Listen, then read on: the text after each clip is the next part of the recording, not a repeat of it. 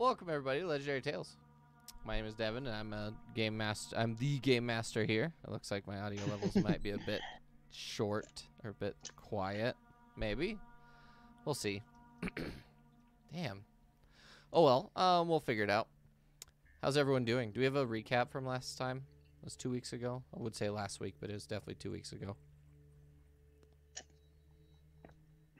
We killed the fire elementals and unfucked the gardens. That's true. We definitely went to what was it, Gunderford, and fixed the fire elementals. Then we also sent some Isaac Moomball back to Stanislava with Casimir. True. We took Cheslet to see the progenitor, and she started meditating because she started realizing her potential, talking to the progenitor about her potential. Progenitor gave us a rough location on another Soulforged and another Soulforger. No, another Elder Soulforger. Yep. Forger of Soulforgers. A Forge Daddy. Forge Daddy. So basically, the Verdant Guard, Talaka, is where you have to head. And then we also found out that the Trusted Sister might be able to interact with the Eye of Moomball, but we should definitely not bring them there en masse. We should bring them there one at a time. And that there are 7 Soul Forgers. Void is the 7th. So we basically found out we're 1/7 of the way through finding all the Soul Forged. Very true. Okay. We also met Laura Schick's dad. Yep. And I got all the maps from that. That's very true. We decided that we were going to continue underground within the maps, I believe. Well, that being said, you guys are still underground, right? You have not gone back to you've not gone back to Trimball or anything else, right? My notes say that we ended in Dahakoan. Oh, they do say you ended in Dahakoan? Why are you so quiet again? Yeah, why are you so quiet? Ooh. Knobs and stuff. Oh, okay, that's so much better. Thank you. Okay, so you did go back to Dahakoan. Did you? I think you sent back Casimir with Chestelet, or no? You were all about to go back to the warband with Chestelet to keep her safe. That was part of. We basically we were like right before you go. This is where we're starting again. Is that right? Yep.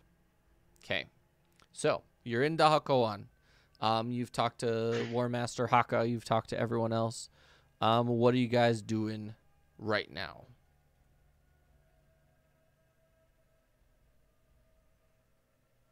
Or are we just leaving? Yeah, I thought it was just leaving. I thought we were done. Okay, I'm just making sure, just verifying we're all where we want to be right now. Does Laura Chick need some more bonding time with family?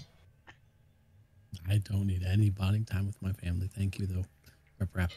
But it's the holidays. Is it, though? I mean, I chose not to go to my family's for the holidays. I'm here instead. All right. Casimir is still with you, right? You waited for him to come back after dropping the eyes, right? Okay, so yeah, you guys have to wait. That's it. That was the thing. You have to wait here for a few days for the Yeet Stones to recharge. So what are you doing for the next 2 days? I guess during downtime, Savas will take the maps from Emerald and take out her own maps and try and figure out if she can find any similarities, and from that edit her maps incorrectly, or to make them correct. Okay, so revise them and also leave out ones that would be along the path so that she can revise them as she goes down that path. Fair enough. She would have probably passed through an area around here on her way down to Scornthorn on accident. Absolutely. Vidar, what are you doing for the next 2 days? Just being creepy, staying in doorways, or what? Yep, creeping as much as possible. Okay. Are you creeping on anyone specific or just in general? I think with the what's it called, guys, the mega snakes around, The probably. General the purpose Nehebka? stalker. Yeah, the Nehebka, he's mostly actually more relaxed a little bit than normal since there's other people to watch the doorways for him, True. True. but nothing in particular that he's doing, just kind of observing and whatnot. Okay. Lorishik, what are you doing?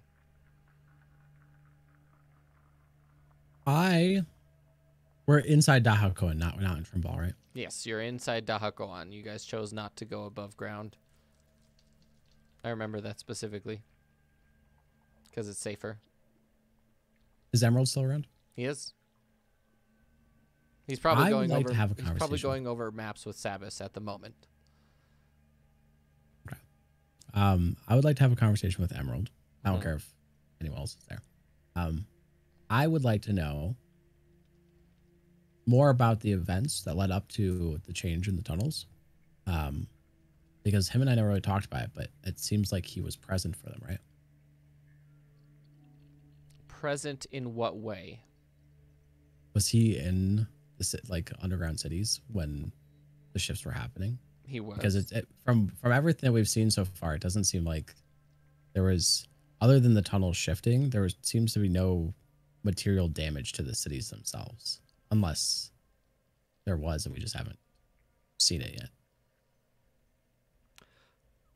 He sort of looks at you and tries to thinking for a moment and says, well, I don't know of anything up north, but I know there were 2 cities under Nilhun that are just completely gone. They're just gone. Or we haven't heard anything from them. We have gotten word from the north. It turns out that under the ocean, everything flooded. So they have to work with water elementals and things like that. The greater powers for digging tunnels than they currently have.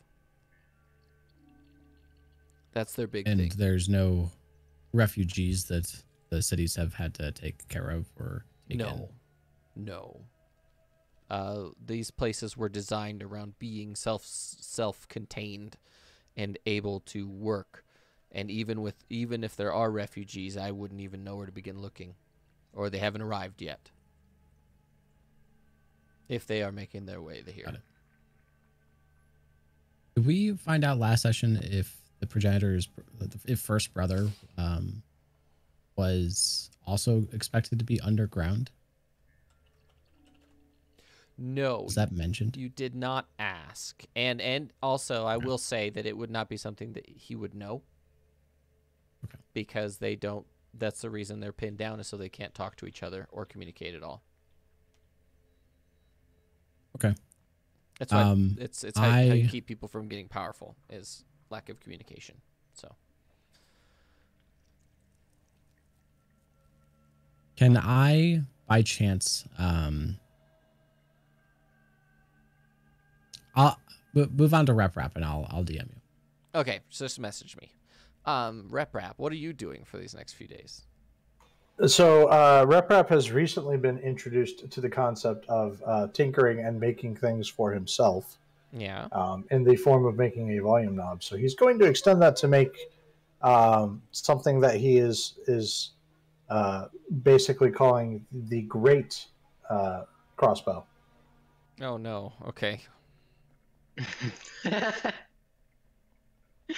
So you're making a big cross, like an even bigger cross. It fires spears, yes.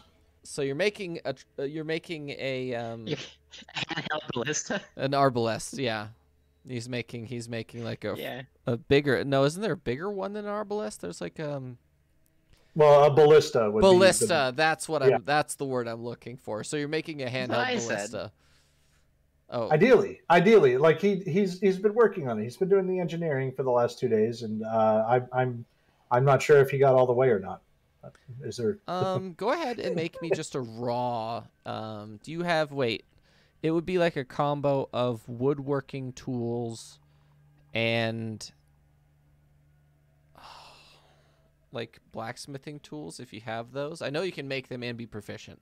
It's just something artificers can do. I know. Don't you have at minimum woodworkers tools, right? I know that you carry. I actually have blacksmith tools. Okay. And tinker's tools. I carry a lot of tools, but yes. You can, as an Yeah. artificer, you can make and be proficient with whatever tools that you need. Remember, Yes. that's like one of your base abilities. Okay, so over 2 days, I would say that you've made progress in design. What we're gonna do is we're gonna have you make. I'm gonna give you. Basically, I'm gonna give you a set of tools. Not even temporarily anymore. I'm not really even worried about it. Where is it? Items. I'm gonna give you a set of woodworkers tools, and I want you to make a check for blacksmithing and woodworkers, wood carvers tools. Wait. What? Tools. Oh, those are living gloves. What? What is that? And that is how I tricked the DM into giving me living gloves. I'm not giving you living gloves. Absolutely not. They might be in the SRD. So on me I have my thieves tools and my carpenter's tools. I can give you the roll on carpenter's tools. Just do carpenter's tools, with intelligence as your modifier, please. I don't know if it asks you that, but you might need to change it. It do. Okay, good. Situational bonus, none. No. Dang. Okay. That works. I'm giving you Smith's tools real quick. There you go. There's some Smith's tools. Also intelligence. Yep. Okay. Your first few sort of like designs and iterations, you're able to calculate fairly easily that you don't have in order to make like is it going to be like a turret, or is it just going to be something that you carry? Is that your objective? It's carryable. Yeah. Okay. By somebody with reasonably high strength. Okay. As long as that's the objective, you don't have the ability to acquire a metal strong enough to do that yet. The wood is not an issue because that's not the structural things that you're worried about. The wood, it's more the metal part, the front bow, that kind of thing. You might need some wood from Turfor, the really strong wood that they have for the bow, but the main body you could probably work out fairly easily with a little bit of carving. It's just that the metal doesn't have the tensile strength, and also you might even need a chain for the bow itself, like a chain with a giant like cable on the end of it. To actually for the firing mechanism to draw it. Yeah, Yep. I got you. Yeah, where it's like chain with a bunch of cable at the end of it. You might there's some stuff that you haven't figured out yet. I would say you're about halfway there. Gold expense.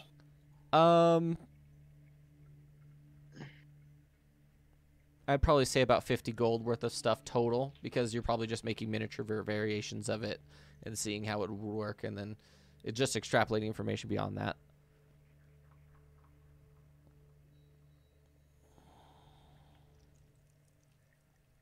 Done.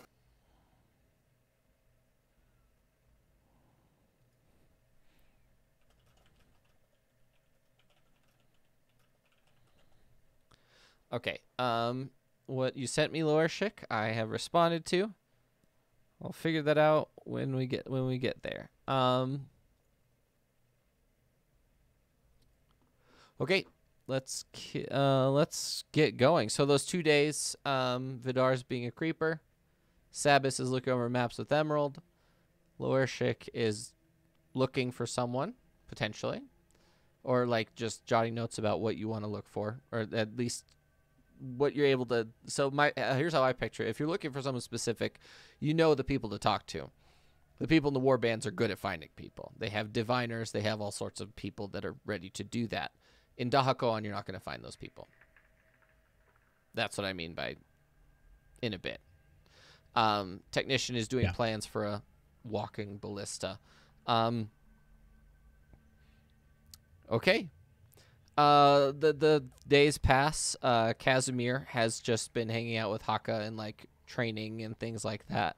And he finally comes up to you guys and says, "Ah, the stones have recharged. Shall we go?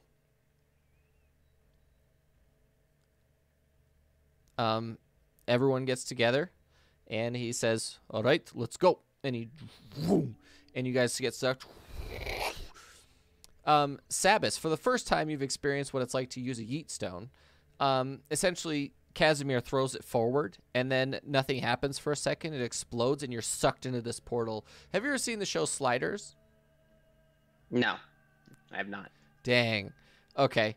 I think I remember Dave's first when I first played in the session. Dave reminded people that I don't understand references, flat out. So you might Don't want to ask, won't understand. you might want to Google what teleportation in Sliders looks like, because that's basically what's happening right now. And for those of you unaware, it's a weird show that existed in the 90s that was fantastic, and they had this really cool portal effect where they're getting sucked through stuff, or like Stargate, similar to Stargate.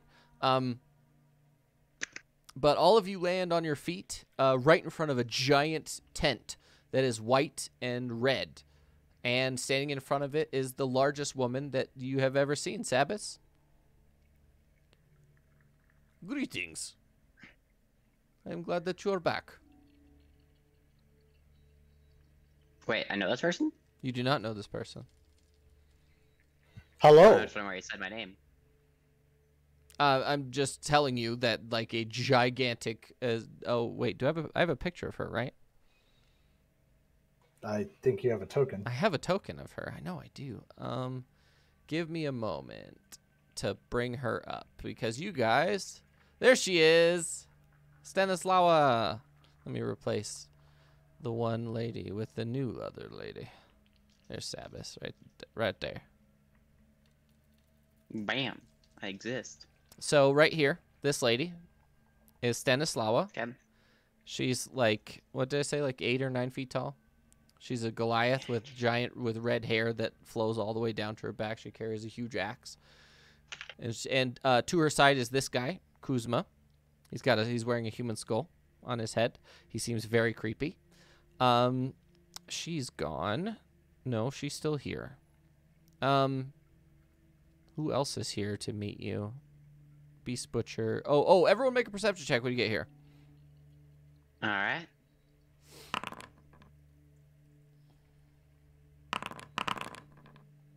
Technician. Vidar didn't even crit. He's still freaking... What did you roll for that? 16. That was a 16? Okay. Perceptive boy. Perceptive boy, for you damn. Everyone's here. Everybody's here. Where are they? I'm just trying to pull them all out because there's a lot of people that are currently dead. Oh, there he is. There's First Mate. There's Boris. And they're all just sort of, they basically shuffle out of the tent one by one. And there's Anatoly. So Rep is going to address Stanislava, basically shouting, but for everybody else's ears, I won't actually do that. Hello. Have you called another meeting of the war bands? What? Why is he so loud? Why is he so loud? Whatever you're doing. He's just like that sometimes. I have fixed the volume issue. I can now change the volume of my voice. I have a knob. Congratulations, Rep. I am so proud of you. I'm still not great with my knob. What? No one else is going to say anything? Do we need to? No. By the way, I am Stanislawa. Stanislava. This is Sabas, and this is our new friend Chestlet. Greetings. Oh yeah, Chastelet is there. Where did I put her? There she is. Bam. And she just sort of like does a cute curtsy in the middle like of her floating, because Chastelet no longer touches the ground. And Stanislawa looks at you and goes, "Is this the one, the Soulforged?" A1, yes. Kuzma, the guy in the skull, walks up to you. He sort of hobbles his way over there with his walking stick made of human femurs, up to Sabas, and he just looks at you, and his eyes are just white, just completely glazed over. And he says, "Greetings." Greetings. He looks at Loershik. He just nods and walks away. She needs a clan. I look to Sabas and say, about that tattoo you wanted. Is it the time for me to pick out design? Okay, so I'm going to give you the rundown about the clans, and all the clans are actually here right now because they are actually calling for a meeting. So Stanislawa, Okay. the giant redhead lady, is the leader of the Cross and Grits, which is basically Red Bear clan. All of the party members' tattoos and Casimir, they all fit into that. The Beast Butcher comes up behind you. He's like a, 12-foot tall giant man that wears all of his body armor is made of human skulls. And he comes up to you and says, That's pretty "Ah, impressive. you are so nice and small. You would make a good wife." And behind him are Savage just can't stop fucking laughing. 7 women that are all Based. they're all of Vyacheslav of Sluchova Yich. They're all his wives. He's known as the Beast Butcher. And he's part Okay. of the Sluchova Yich, which are basically like beast herders or beast like people who they like use beasts as like their big thing. And then there's Anatoly. He's like the most normal looking human. He just walks up to you. He's got a big fur coat on, and he's just sort of bows to you. He's part of Polchi Moch. And Which one? Which ones are these? Just by the way, these could you, are all point out the icons? these are all the warband clan leaders. Yeah, I got that. I mean, which icon is? This is Beast Butcher right here. Okay. This is Anatoly. This one up Okay. here is Stanislawa. Thank you. Zoya is a Drider. Ooh. And she has a shitload of spiders on her, basically all of her children, her hundreds of thousands of children. She's Zoya of Absalorn. Absalorn is the spider clan. Okay. They're the ones with the invisible spiders, and they basically have a telepathic communication network that they go with all these spiders. And she has a sister down south. Does anyone have her sister's name? It's in my notes somewhere. One of you has it. Just look for it for a second. And then these two over here are Boris and Yana of Kozekrik, and they are basically frost berserkers. They're like frost people. And then Rustis of Smaradov is, what did I call him? Blue Justice.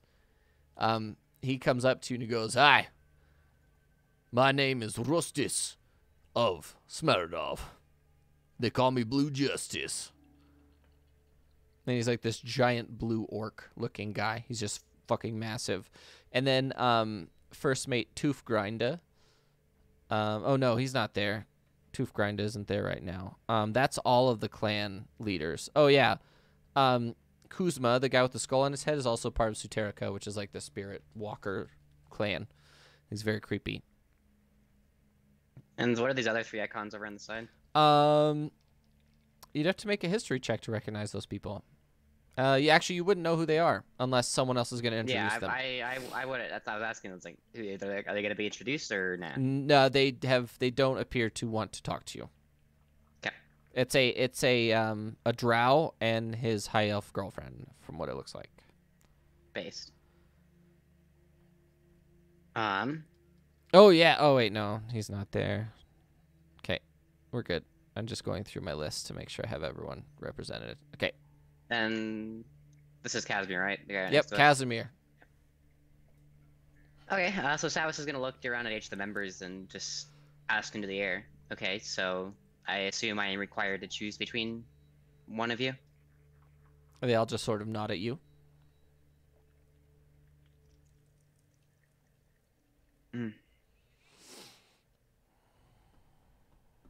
Okay, so what ramifications does choosing have? Besides what I assume is a fancy tattoo design related to what they are. You actually get a feat. Dire consequences. You actually get a feat relative to which clan you choose. Okay. The Because right now I'm thinking spider chick. okay, sure, Because one, telepathic spiders. Sabas is telepathic. True. And I like spiders. They're cute. yeah, you That's can it. do that if you want. That's the only reason for this choice. Oh yeah, her name is Aska. Aska. You might have run That's the into sister. yeah, right? the blue sister. And this one's named again? Zoya, Zoya, Zoya. Zoya of Absalorn. So Sabas is gonna take a minute to ponder and then look to Zoya and just nod. I'll choose Zoya. Oh, thank you. And she sort of points at you, and a ton of these little tiny white spiders crawl off of her back, and she just looks at you and she says, "Where would you like it?"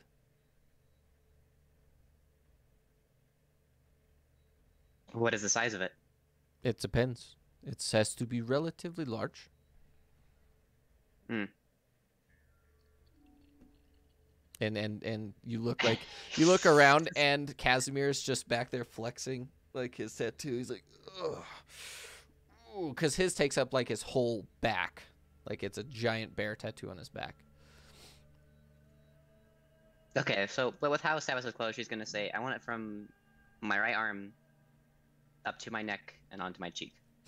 And all these little tiny baby spiders, this like white wave crawls up you, and you feel like these little tiny pinches, all like thousands of them all at once. And within a few minutes, as you're like sitting here, this beautiful black and purple Absalorn sort of tattoo, spider tattoo, covers that area that you wanted, and it begins to glow with like this purple hue for a moment. And yeah, the bear tattoo, did I actually make a feat for the bear tattoo? The bear tattoo just lets you reroll, right? Saving throws, yes. Saving throws, yep. So the spider tattoo lets you reroll perception and stealth checks once per day. Okay. And where do I add this again in D&D? I'm going to be adding it to D&D Beyond for you. Okay, thank you. Don't worry about it. I got it. Rerolling stealth check sounds so nice. Yep, stealth and stealth or perception. Nah, precision is whatever. You say that. Okay, and I'm not the perceptive one. and they just look at you, and they sort of bow to you as they all begin to walk away.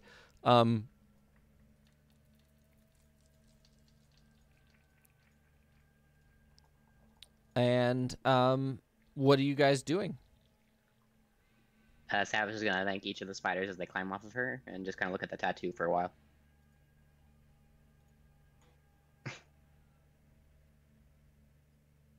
Sabas is over here thanking 18 million tiny spiders Yep. one at a time.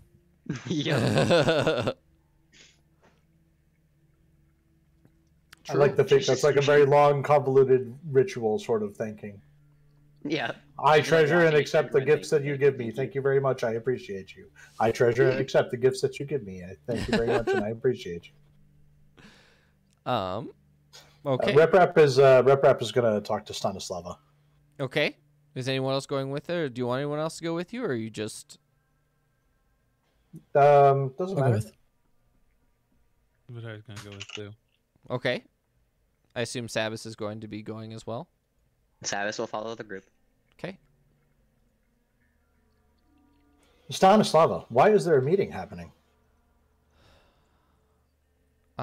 We've gotten some word. Some not great things have been happening in the southeast. It's looking bad for Nilhund. And It already looked very bad for Nilhund. at this point, Zarek would move in front of you, move with you guys, because he basically follows you, Kuzma, and Casimir. Everyone goes into the giant tent, and sits down around like their big hookah. And they look around, and Zarek says, everything my father left me has broken and fallen away, and it turns out that there's now a flood of undead coming from Nilhund, the ruins.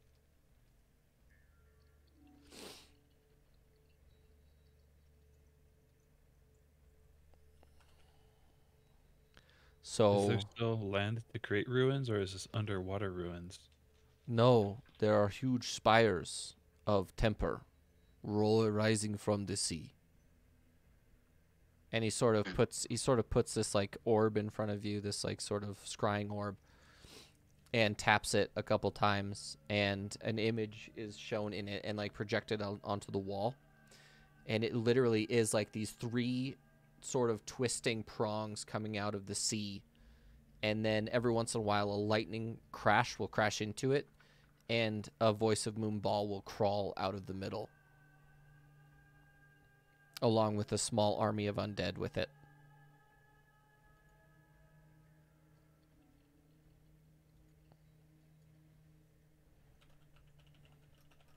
It's horrifying.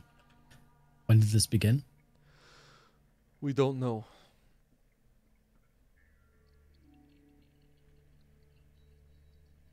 We have no idea. I'm sorry to see your land this way. Well, We'll do everything we can to help. Of course. we thought it was destroyed. We thought it was completely destroyed. Turns out no. It's been thriving with the amount of temper that was stored underneath has been transmuted into these huge pillars.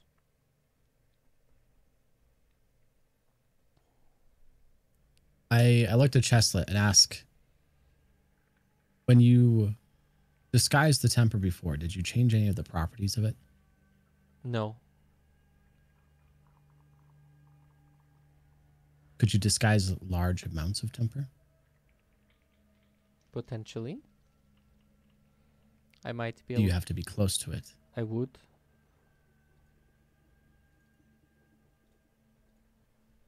I asked Chestlet if she still has that ball of temper. I do. And can you demonstrate what you can do for everyone? And she pulls it out. And she has it in her hand. And then she like shows that she basically banished it. If you are saying these spires are made out of temper, I'm not sure if this is helpful at all, but perhaps if we got close enough, we could mitigate the ability for the Eyes of Moonball to fall out. If we can banish the entire pyre, then we effectively get rid of the generation of run.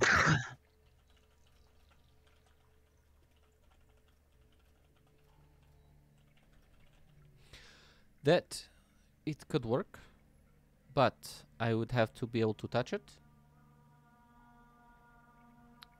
So I have We would need to be dangerously close. dangerously close would be. Just so you are a dryad, correct? I am. Are you able to shift form? I can to a degree. Perhaps could you become a spider and blend in, perhaps, with a clan? I would not gain their abilities. I mean, as long as they can't pick you out from a crowd, that might be able to get you close enough. That is true. Maybe it is something we should discuss with Seneslawa and her people about having an expedition to it. Unfortunately, I think at the moment there's nothing we can do. But we also have to remember, where is the power source for this? There has to be a power source, correct? The temper itself is most likely the power source. We have seen it been used this way in the past. But what did my creator say? Where one of the Soulforgers is, huge amounts of power. So that would likely So be there the may home of be- the seventh Soulforger.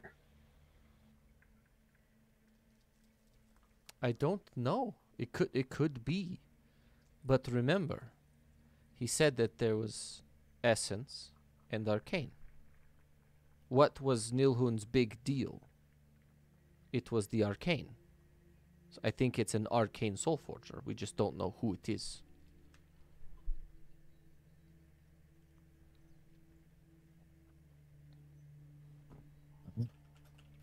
We could attempt to go find First Brother and see if First Brother has any idea. It is true. Or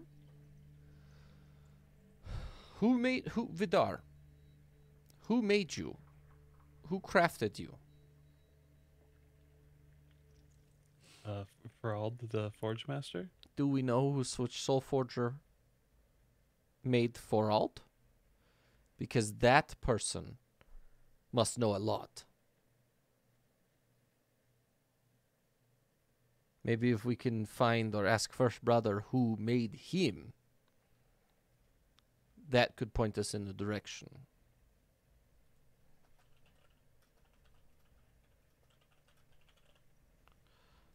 So you're asking which arcane god created Geralt?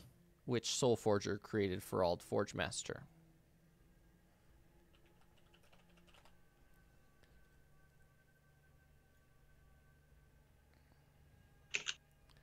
And I actually do have that written down. You guys don't know it yet.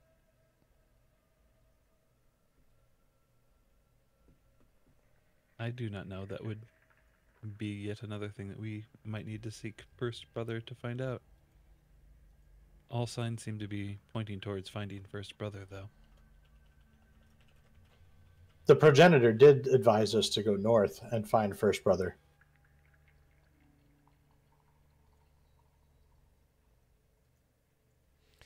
He did. I will be staying here, correct?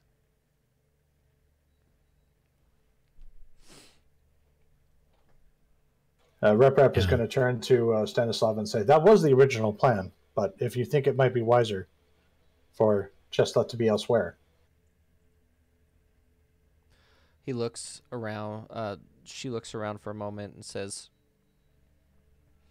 I think that she could assist a lot in helping us get these eyes under control. And she shows you like this really big chest that has little like metal sectioned off areas within the chest. Basically, there's these little cups that are holding each of the Ayamoon balls so that they have an actual like barrier between each of them. And she's like, we have them contained. But you said, Casimir said you had a vision, right? Rep? Yes. I was observing a meeting happening between Yvonne and someone else from Yvonne's point of view. Interesting. Maybe when we get more of them together at the time, we can possibly see the future or see one of the locations of these people that are directly related to Void. Because Void is the bad, right? There's a lot of information I've been getting from you, and it's hard to collate. So, I understand what's happening. So the short answer to your question is yes. Void is really the one that is behind the majority of what is going on, as we understand it from the progenitor. It is, of course, difficult to corroborate that with only one source of data. However, we should be finding more in the near future. We have been given a lead on another Soulforged. Now, that lead takes us north. South from here, but north from where we were. Fair. It is very likely that we would be able to track down another like Cheslet, and possibly the Soulforger that made them, so that they may understand their potential, at which point we can bring them back here so that they may be safe. This is vital to our efforts against Void. It seems like we would be able to find another Soulforged and Soulforger in the ruins of Nilhund. But since we do not have a clear line of sight or means of entry, that would seem like something we'd want to plan around a little better. Getting more information by finding First Brother seems like the most prudent course of action now. Huh. Maybe we get Absolorn to divine, because a lot of magic requires knowing of something's existence, correct? Or maybe Kuzma. Kuzma sort of like hobbles up to you guys and looks at you and says, I can find whatever you need.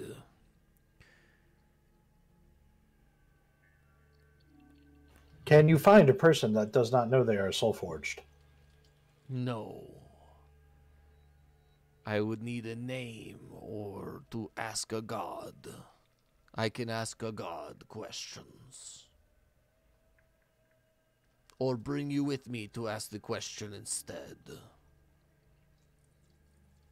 I interrupt and I ask, does Cheslet by chance give off any arcane or essence signatures that we might be able to detect in other Soulforged? Because we had the Divining Rod, You and still have the led Divine us. Rod. So the Divining Rod led us to Cheslet. What is it divining towards in order to be able to detect Cheslet? Kuzma walks over and he says, "Do you have it with you?" Yes, here it is. Rap's going to hand it over. He hands it to you, and Kuzma immediately like shakes for a second and looks straight up, and his eyes begin to glow with like this green teal sort of glow, almost like temper. And he goes, and he looks around. Cheslet emits the green glow of essence with my vision. He sort of gives it back to you, and he sort of shakes. Ooh, with my vision, I could see her soul-forged appearance, but I cannot give you the vision.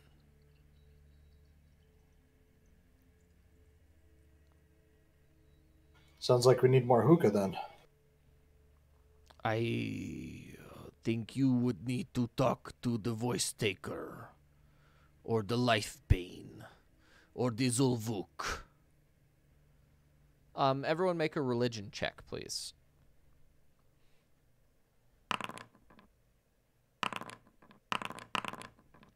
Sabbath and Technician, you both recognize that those are the names of gods.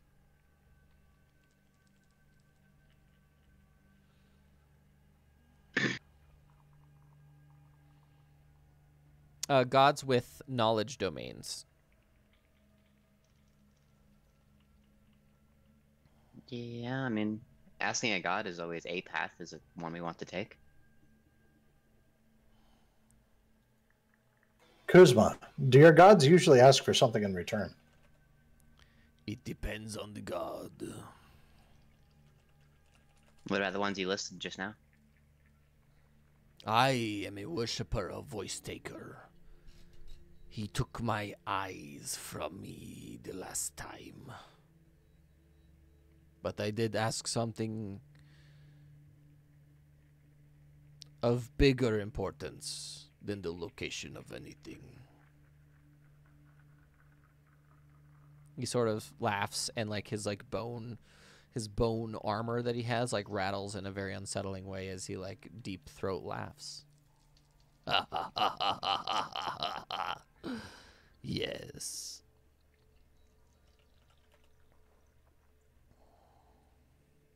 So, I can ask the voice taker a question, if you would like.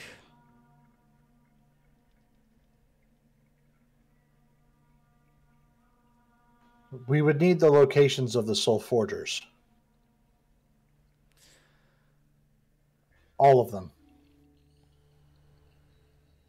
Just one would be a nice start, but ideally, yes, all of them. I can only We ask. have a divining rod. We can find the Soulforged. We do not know where to take them so that they may realize their potential. I can only ask one question that has a specific answer for this moment. And one of you I can bring with me. If you would like to ask the question, because you know more than I do. Oh, Loerchik, our fearless leader. Go meet a god that takes voices and eyeballs. Why don't you? Sounds good. Yeah, that's why I need. All right, meta, real quick. Like, what do we want to actually ask here, folks? Do we want to find a location of a soul forger? Do we want to find a soul forge? Do we want to figure out how to beat the thing going on in Nilland? We're back at that point where it's like world map. We've got all the options, kinds of things. I thought we had our next thing lined up, but apparently we got options. No, this is where I'm going to let you guys talk meta. Figure out what your next plan is, because basically ask whatever question you ask the voice taker, the voice taker is going to be where you're headed next. This is the free form part of the campaign that I'm trying not to railroad you too hard. So I feel like asking for the location of Soul Forger is more important than figuring out how to stop someone dead. Really, we can ask for the location of Ferald's Soul Forger, or we could ask who Ferald's Soul Forger is. We could ask for the general location of any Soul Forger, but that would just lead us down having to go look for another Soul Forged, because if it's not Ferald's Soul Forger, then we won't be able to reconnect the two. Right, but we need to do that, and we know how to do that. But does it like with Cheslet, is there immediate value from connecting her with her Soul Forger? Was there an immediate value? Like, does she add something versus if we go to Nilhund, there's a chance that there's a Soul Forger underneath Nilhund, and we can also stop Nilhund from being overrun by undead. So the immediate value is that we moved a piece off the board for Void. Hypothetically, because Void could still come in and do a corrupt everybody thing or something like that. But hypothetically, we moved a piece off the board for Void. And you do also have the name of a Soul Forger that you can ask the location of. I'm just reminding you that you do have a name of one, and he could tell you right where they are. So you don't have to go looking.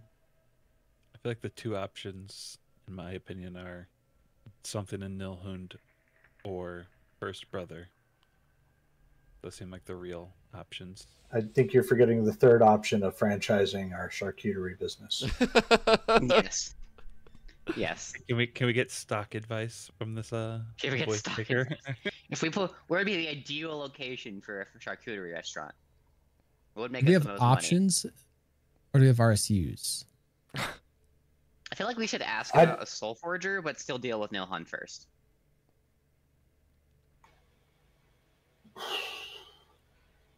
That's that feels like a mistake only because we'd be going into Nilhund blind. We wouldn't have the tools that we need to defeat a horde of undead, or find a Soul Forger, or find their Soul Forged, presumably, or survive an onslaught that is going into a place that has tons of Eyes of Moonball. There is a third option for a question here. This is a real third option. We ask how to weaponize the Eyes of Moonball. Hmm. I mean, because we got 3 of them. Presumably, if there's a crap load of them at Nilhund, that seems like a good place to gobble up a whole bunch of them. If they're weaponizable, that's a force multiplier. Yeah, that helps us deal with the undead and get more of them.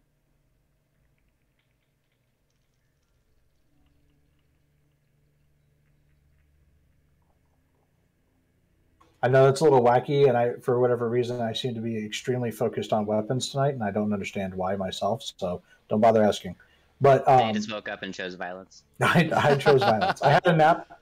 I woke up this morning and I was like, peace, coffee, hash browns. But then I had a nap. I woke up, chose violence. You know, I actually did the same thing. I chose ham and violence. You know, I took a nap. I woke up at like 45 minutes before this. I was like, yes, violence. I think you're right, Bisbee. Like in terms of realistic options that are kind of progress the plot, we've got First Brother or we've got Neil Hunt. Snack, I like where your head's at in terms of figuring out what we need to know to go to Talaka, but then going to Neil Hund anyway.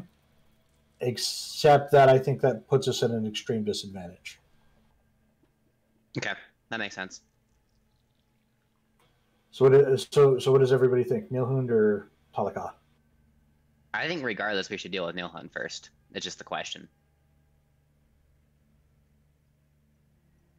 Vidar is probably going to lean towards the First Brother finding, since that's kind of been like group inertia has been in that direction. Neil Hunt seems like a change of pace, curveball kind of thing.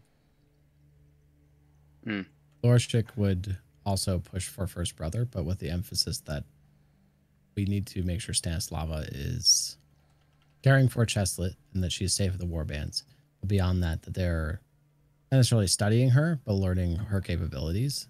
For example, being able to control and banish temper. That's incredibly valuable. So I think Nilhund is important to solve, which is why I led down the path of what effect can Cheslet have on these giant towers of temper. If they can figure out while she's at the warbands how to do that at scale, that might be the next best step, because as I said, I do think that there is a Soulforger underneath Nilhund. Okay, Reprap is leaning towards Talaka, simply because, so First Brother, simply because if we were heading for Nilhund, that's on the way. Anyway, that's literally like a port stop that we have to make in order to get there. So, so there's that. Here's an interesting thought, though. Kuzma did say he can talk to that god. He can also do some divining, but he did mention other gods that the warbands are familiar with contacting, right? So there's no reason that we can't talk to this god, get some information on the immediate thing we're going to do, and they can't talk to the other gods and try to get some information on our next step, which would be Nilhund. Or if you guys wanted to take a few days, you could go around and talk to them yourselves. Yeah. There's So that we too. can find out. I think we can find out more than one question. Yes. You can answer. the Yeet. Yeah. Sorry, the Yeet stones have to recharge anyway, right? Yep. So Yep. have Yeah. a You're, couple you're days here in the for 3 warbands. days. You're Okay. here for 3 days regardless. So. Got it.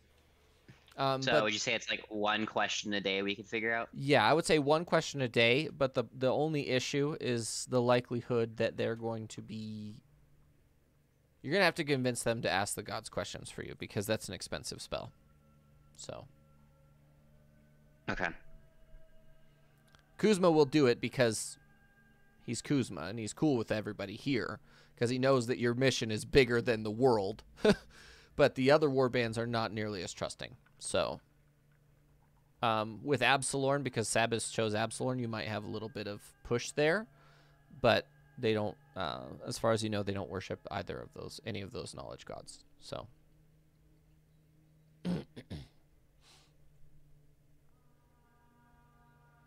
All right, so that's our plan. We have Kuzma talk to the voice taker regarding where to find First Brother, because we have a divining rod. We could still track down the Soulforged.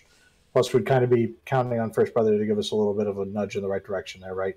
Because we go talk to First Brother, and First Brother helps us out with some things. And then over the next 3 days, we side quest to get the rest of the warbands to help us out by doing some god battling. Yeah, we could start with this, and then tomorrow ask Absalorn, since one, Savas is going to talk to her anyways. He just became part of their clan and probably wants to know more. Right. We should It sounds like probably a solid assume that plan we to me. have- Yeah, we should probably assume we have one question we can definitely get the answer for, and a couple that we're not so certain about. Like, we might be able to get one or two more.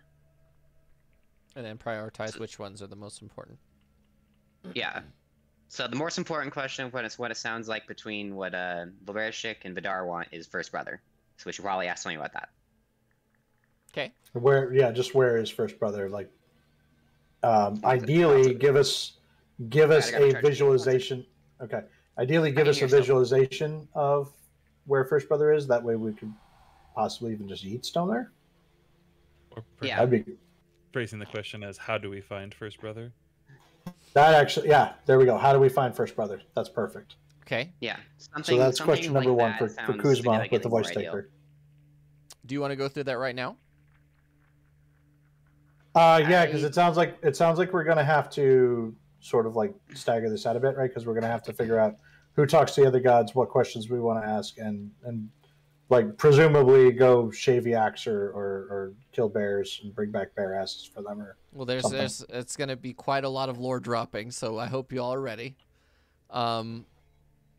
With a lot of this, so I hope you're ready for that. Who's going with Kuzma to talk to voice taker? My guess would be Rep or Vidar. I'll go. Rep will go. Okay. Kuzma. He's our resident lore keeper anyway, right? Kuzma brings you into a small tent that's attached to the side. It's different colors. It's like white and black. And he brings you in, and you immediately smell like. Have you ever smelled what bone dust smells like? Like have you ever taken a bone to a chop saw? Not human, but yes. Okay. That smell is just Relax. I used to be a butcher. Relax. It's the only you know what bone dust smells like. It's yes, I know got exactly what it smells a like. very specific smell to it. And you walk in, and that's like the whole thing that you smell in here. He has a small fire that's actually green in the middle of his room, and he goes and he sits across with you, and he says sit there, and you sit across from him, and he puts his hands out for you to hold them. Do you hold his hands? Yes. As soon as you hold his hands, these green candles, these black candles with green fire, green flame, go, and they light all around the edges of this circle. And all of a sudden, you feel almost like your spirit, or in your case, for some reason, you feel like there's something else holding you to, like tethering you to the world, is pulled away from you, and you're pulled away from the world. And for once in your whole life, you can see the planet, and you can actually see the continents, and you can see their outlines and the clouds and everything that's happening. And the giant, you can actually almost see the pillars from space. And all of a sudden, you're pulled in front. You and Kuzma are sort of holding hands across from each other, and you look left, and there's a huge being sitting in front of you, cross-legged. It appears to be a female, dressed in black tattered robes with their legs crossed in front of you, and the robes dangle over the side, and they're sort of like swaying in a very hypnotic motion. She is very thin, very pale, but her throat has a giant vertical mouth on it that has been sewn shut. Her eyes have been sewn shut, and her nose has been removed, and it's just constantly flowing the sort of black ichor down her face and over her mouth that's in front of her face, and she has a very angular chin, and this sort of black ichor is slowly going down into her throat mouth and disappearing. And the head turns down to you,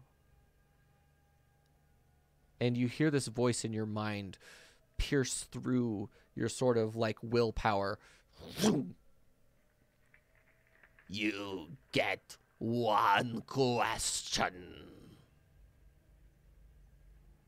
Speak it now. How do we find First Brother? Your brain feels like it's about to explode as you get sucked back onto the planet. And you see the great city of Talacha. Giant pillars. Everything is super shiny. And it goes west over the forest of Talacha. into the jungle. There's a very dark section of jungle that has these massive trees that tower over it that are almost curving into it. You dash and dive straight into this dark spot in the middle of the jungle. And in there's a large platform of sandstone that comes out of the water that's above this giant marsh that's surrounded by these sort of like weird crocodiles that only like half exist. They appear to be half real and half ethereal some way, but they're statues. But it's like a sort of weird thing. It's almost like a crocodile mimic or something. You can't really tell, but there's a large sandstone platform that's circular, and it has these large sort of additional struts that come off the edge and hold it up above this thing. There's a large fountain in the middle of it, and the water is sort of pulling out, but the water is crystal clear comparatively to the water that's brown and dirty around you. Uh-oh. Did we lose? We lost the Sabbath. That's okay. And as you look at this, you're spinning around it. There's a large staircase that leads from the marsh all the way up onto this gigantic platform. And as you approach the platform, directly in the center of the fountain, a pinion begins to appear. And then all of a sudden, you're sucked back into the atmosphere, and she's just looking down at you. She sort of nods, and both of you are sucked back into reality, and still just holding hands. And Kuzma sort of lets go and folds his hands in his lap and looks at you.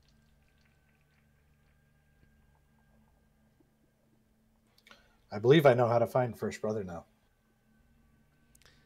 Talaha, west through the forest, into the jungle, to the center, to the dark. To the fountain, no. To the water, to the sandstone platform in the middle of the water, where the crocodile statues are, to the fountain of clear water. And he sort of nods at you. I saw it as well.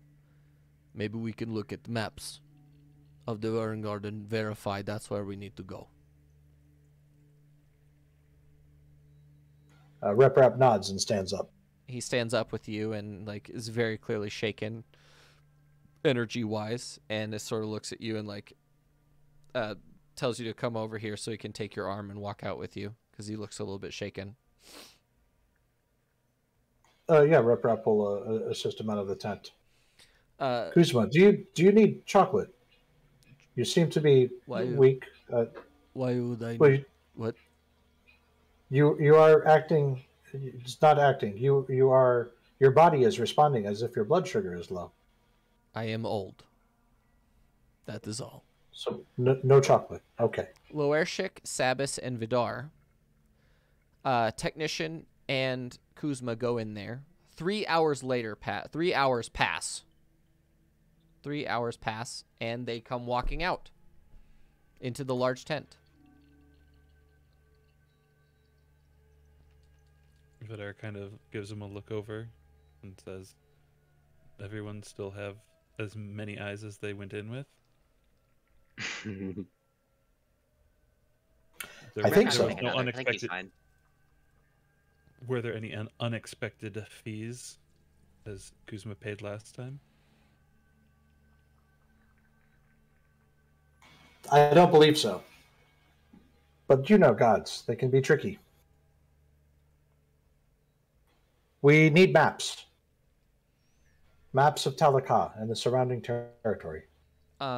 Yeah, she pulls out this huge map of the Verdengard.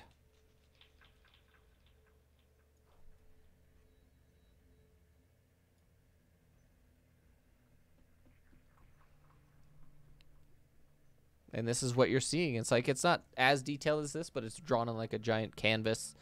And they mapped out the vast majority of the areas in it. There's a drawing tool, isn't there? Yes, there is. It's on the left-hand side. There's like a pencil. You can click that, and you can like freehand draw or whatever you want to do. No. I don't have a pencil. It's not a pencil. You don't have a pencil? No, I think we don't get a pencil for the exact reason I would not give my players a pencil on a giant map. Oh, I might have disabled that. It's probably a good idea, honestly.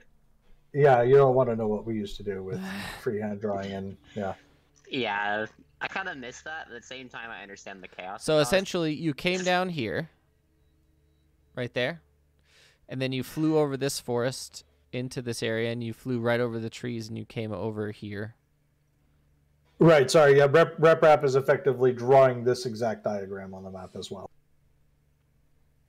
We started at Talaha. We went over the forest to the west, into the jungle, to this dark spot. Somewhere in this dark spot there will be water which surrounds a small sandstone platform. The sandstone platform itself will contain a fountain of clear water. The clear water will contrast with the brown water around it. But it will be here in the darkest part of the jungle. Why would we not just go to Akut and take the river in? Because then we would not be traveling due west. We could take the river in. There is rumors that once you enter the jungle, you lose your way. Unless you have a guide who is an expert in that area. Maybe one of the rangers, the famous rangers of the Verdengard, could take you in.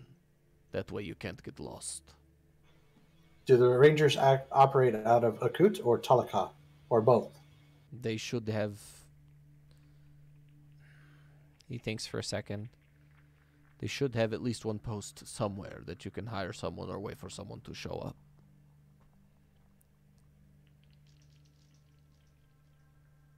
You are correct, Lorchik. We could probably go from Akut. If you are suggesting that we take the river into the jungle, though, we might want to hire a boat. Possibly with a very large man. He might be able to give us a tour of the jungle. And make terrible puns. Perhaps a cruise. There it is. Finally got the joke. A man made of stone, they say.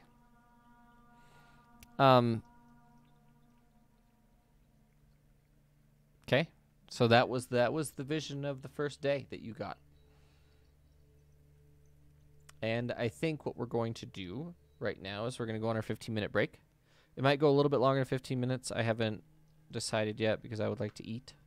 But I will be keeping that up in chat. What we're going to do is we're going to go on a 15-minute break, and we'll see you guys in 15 minutes.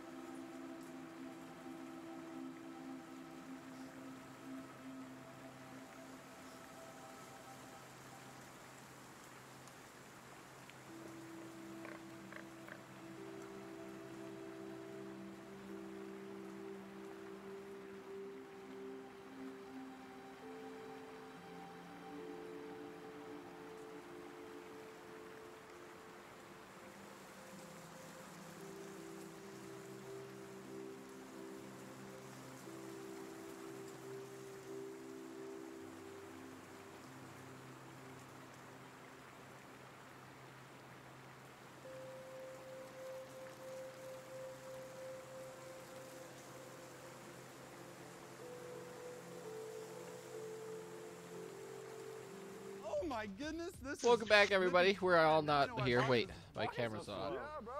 We gotta win. Where the fuck is our gorgeous DM? What the hell? I'm here. I'm here. Oh, wait. Not so easy, is it? We're just gonna waffle worried for a until second. Spoopy gets back, I think. Oh. I'm here. Okay. That was a lot of waffling we had to do. Wait, I know. I know. Nice. it was awful. Oh boy. Watch out.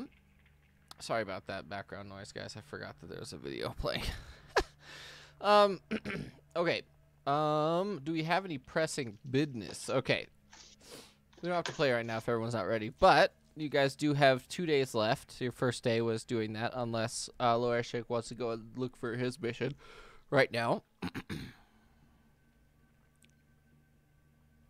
Yeah, that was me. Are you prepared for this? I am, yeah. Would we be doing this in the context of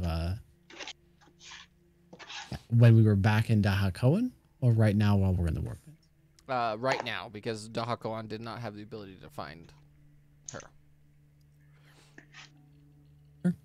Yeah, we can do this. All right. Yeah. Are you going to talk to someone? What are you going to do?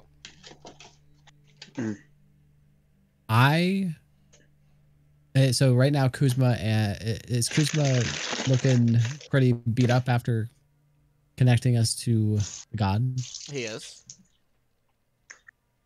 I And walk up to Kuzma Okay, go ahead. and ask him, would you by chance know of anyone who could help me track down a friend of mine who might not be doing well? Anyone in the warbands that can help?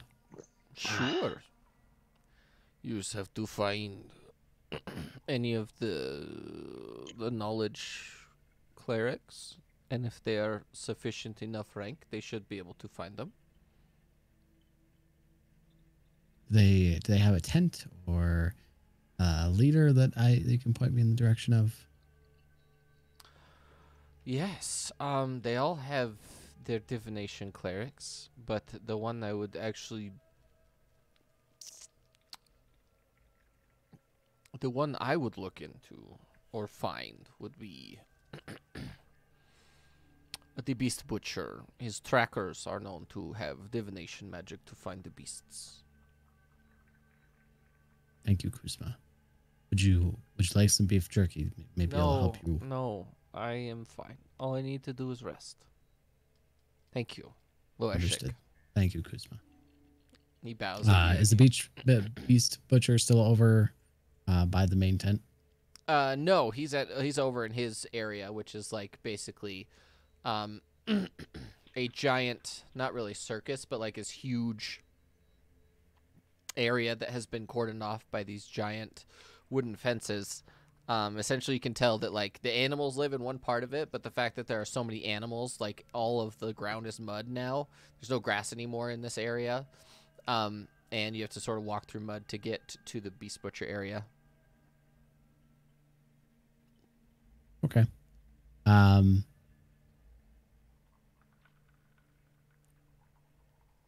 my way there, I just tell Vidar, hey, I'm heading over to Beast Butcher's area.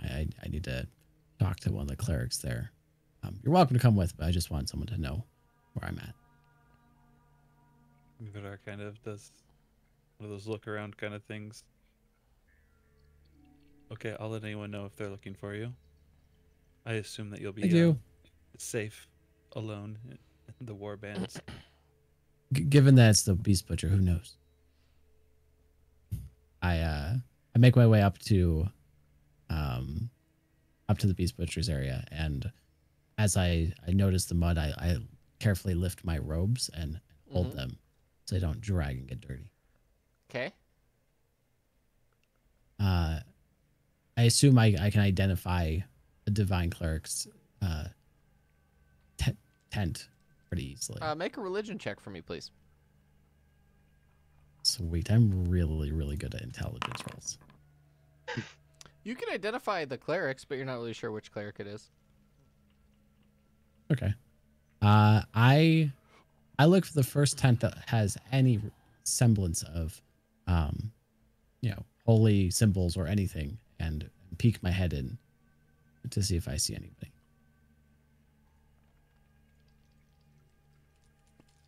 You peek your head in to this tent, like the first tent, and inside of it, there is a naked drow woman just lying on her side looking at the door. How can I help you? I am so sorry. I avert my eyes and put my hand over my face and just say, I'm looking for a divine cleric. Would you be able to point me in the direction of one? Divine. I need to get in. I need to find a friend of mine who I haven't been in contact with for a while, and I'm concerned they're not doing well. Well, I could be your friend. We could make contact if you'd like. Contact with her, or contact with, I will go to, thank you for your help. It's been a pleasure. Have a wonderful day. I peek my head back out and scuttle to the next tent.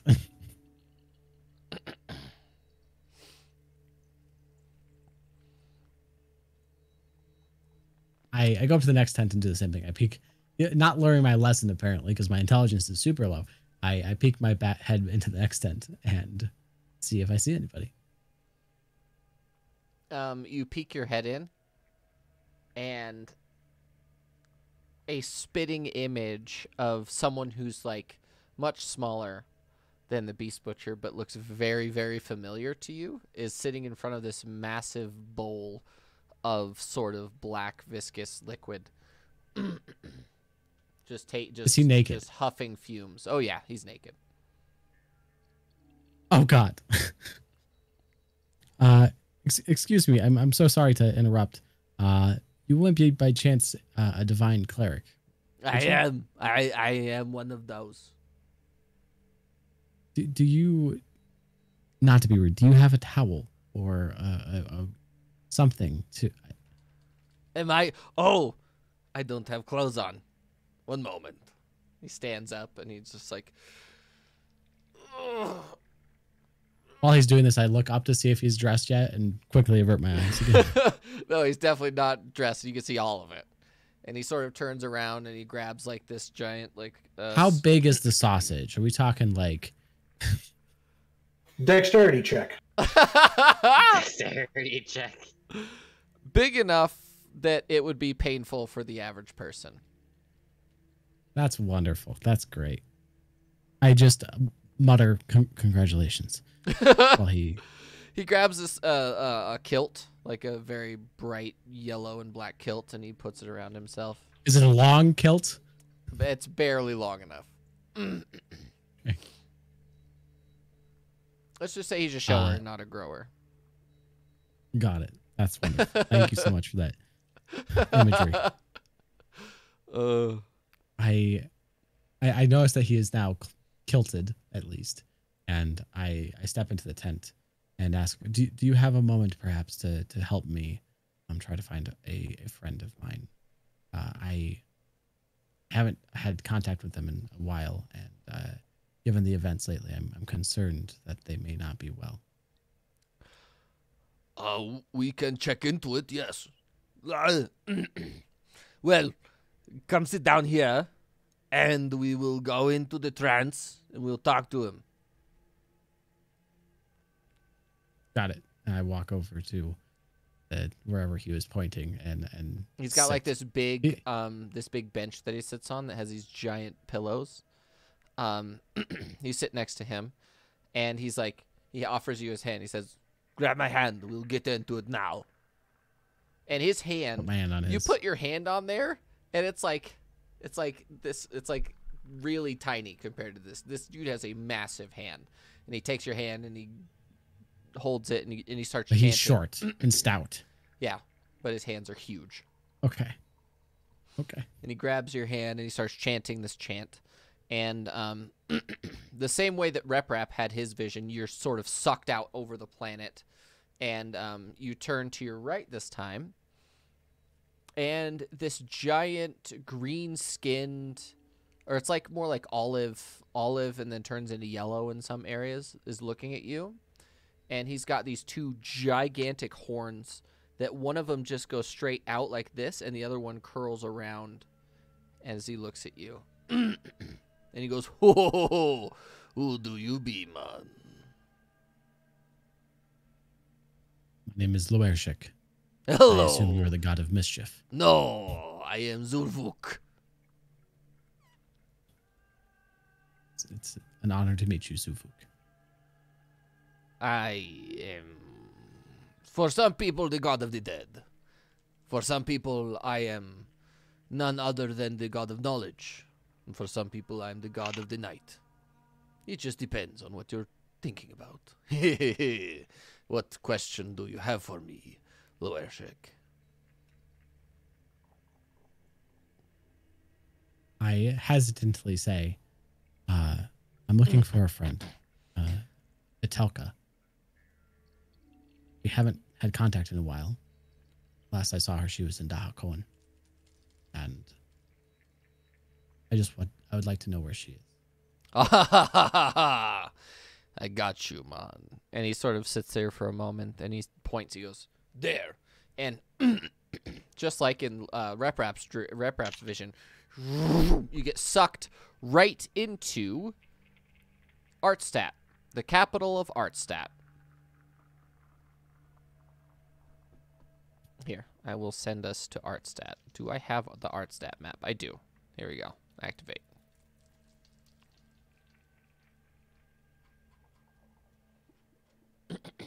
We don't want any of these boys here because you're not there. You get sucked right from the orbit into court, or as they say, core in Artstadt. Massive city of marble and gold and brass and red and yellow.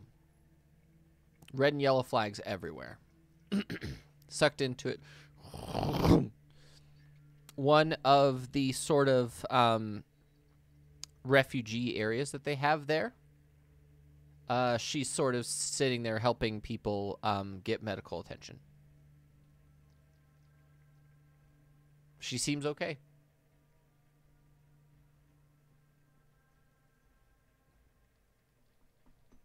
And then Does the vision end? you get sucked back in, and he looks at you. He says, "Do you have another question?" And at this point, who is clearly the Beast Butcher's son looks at you, and he says, "There's a chance he might not be telling the truth. So be wary if you ask additional questions."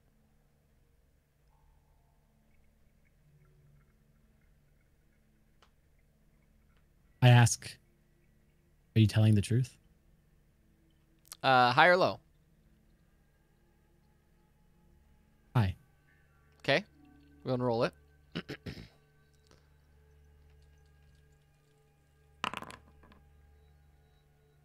In this case, I absolutely am.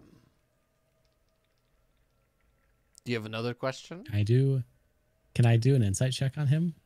Sure. Is that allowed? You only rolled the d20, don't you usually roll No, a d100? no, you're supposed to roll a for those? D100, Larshik. Yeah. Oh, I'm so you don't sorry. even know how to fuck up correctly. God. Okay, make an insight check.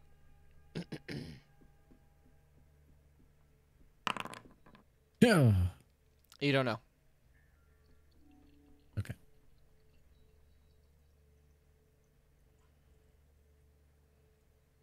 I do have one more question for you. Okay. Who created Vidar? High or low? Hi. Okay, roll a D100 for me, please. Nice. Nice. Nice. Nice. Nice. Mold the ingrown made him.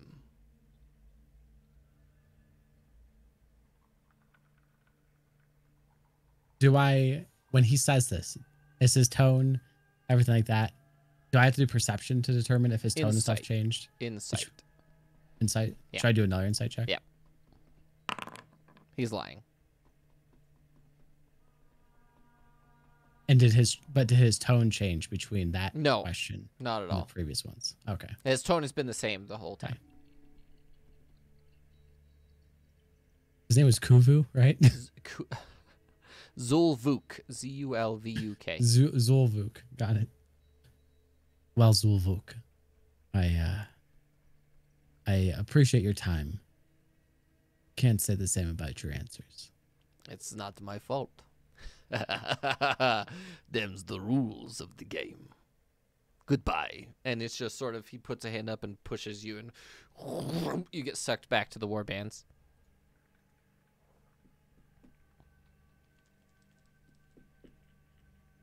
I look to a Beastmaster's son and say, is he always like this? Yeah. Nah, I don't ask him questions very often because I'm not inquisitive. Is there any hint of truth to anything he was saying? The first one has to be correct. Always. From then on, it's up to him. Well, I appreciate your time, and I flip him 2 gold. He literally pushes it back towards you. You are part of us. No charge. I appreciate you. Thank you. I lift up my robes and walk back out of the tent and find my way back to Vidar.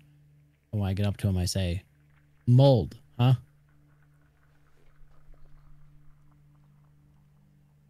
Vidar kind of looks around and says, I don't see any mold. I just nod and continue walking.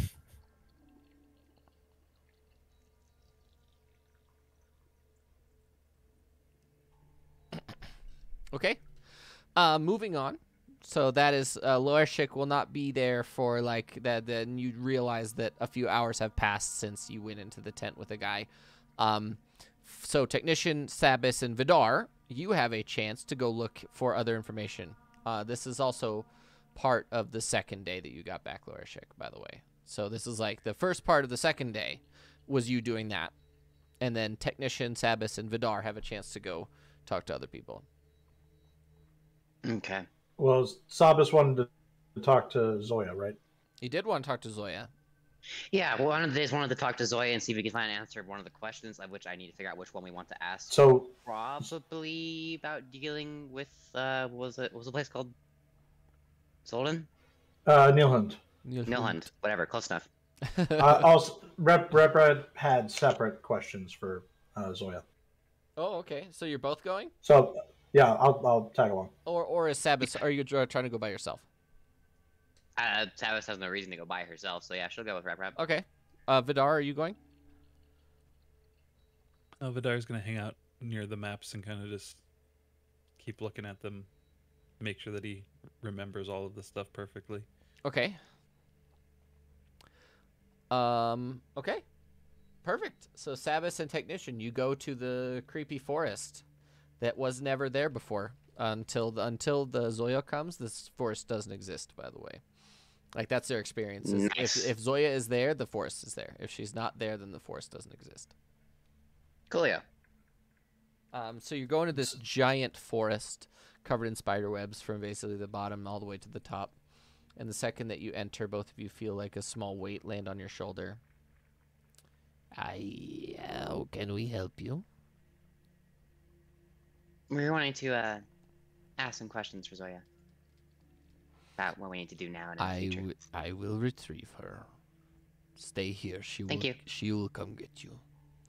And you feel a weight Savis will sort give of a nod. the drop off of you, and then all of a sudden, right in the middle of it, you guys feel like something touch your backs, and you're pulled up into like this gigantic canopy of spider webs, specifically by Zoya. She pulls you up and she says, "Good morning." Good morning. Good morning. Hello.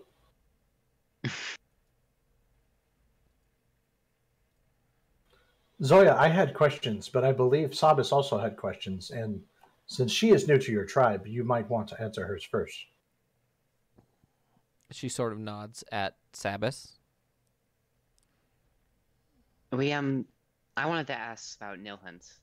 What we should do inevitably to figure out what we need to do to solve that there. Um, I've heard of tempers summoning undead, but I have never heard of any way of stopping that, and I wanted to ask you about that. The thing about this temper, and in Nilhun specifically, is temper naturally is not temper. There's a material it is beforehand that it decays into. And I believe that this temper has reverted back to that original state. From the texts and the ruins that we found from ancient civilizations, it could take up to 100 years to decay into that form. Hmm. So you might not be able to without destroying it.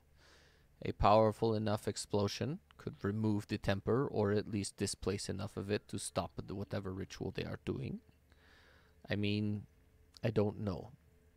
I would love to have an answer for you, but I don't. The only thing I can think of that we have that would be enough power to do that are the Eyes of Mumbal. Do you know of a way we could use those? The I eyes believe of Reprap was going to ask about this as well. the eyes of Moonball are just as much a mystery to you as they are to us. This is the first time we've seen one, and I believe your friend has a personal experience with what they can do specifically. Yes, they can make very large explosions. Sabbath sort of takes a few seconds and then goes, "Oh. Yeah, I'll discontinue that line of thinking." We don't know how. That is part of the issue. We recovered Eyes of Moonball. Most recently, we recovered 3 at once. We still do not know exactly how Yvonne turned them into a spear, or created a portal, or created a large explosion with them, except that he set them off somewhere where there was a lot of temper. We do know that temper can become unstable and explode with enough energy. Okay. Zoya, I had a completely separate topic to ask you about. And she nods at you. When I was first here, I believe I asked you if it would be possible to find Illis Han. Has there been any progress on that front?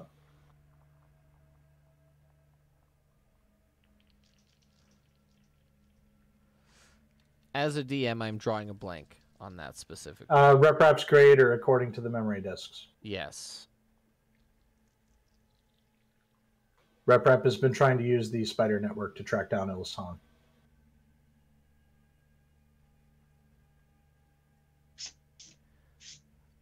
My sister has traveled as far as we can on these continents that we have available to us. No sign. We'd have to go into the cities, and the cities are very not spider. So, I understand. Thank you. I will pursue other avenues.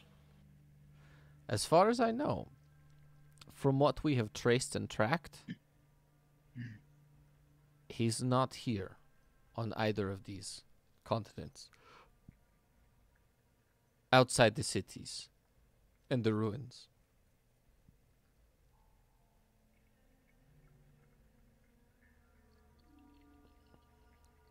We have been keeping track, though.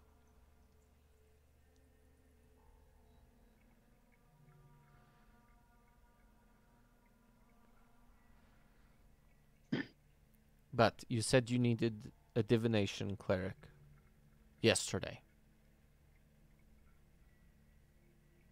We did. We have actually talked to one so far. Does Absalon also have divination clerics? We do. I have mine here with me. She is a worshipper of Lifebane. And this, like, half drider, like the bottom half is a black widow, and the top half is very much orcish on this one, but she has like dark purple skin. walks up to you guys and she says, I can help you. Who's coming into division? Zabas, if you would like to experience, I would recommend it. It is a good experience. Also, I am concerned that I have been told this is very expensive. I am concerned that we would be taking advantage. Is there anything that we can do for you? There is. And If- what would that be? If you go east, there is a distant relative of mine, an aunt. If you contact her and bring back one of her children, that's what I require. And when I say west, she operates out of Siltheim. Or east, I'm sorry. And what would you like us to do if we find her? Try and procure one of her children and bring it with us. Bring it back here with you. What is your aunt's name? Her name is Ushka. Ushka. Ah, I spelled that right first time. And how would we recognize her? Yellow. Her children have a yellow tint to them.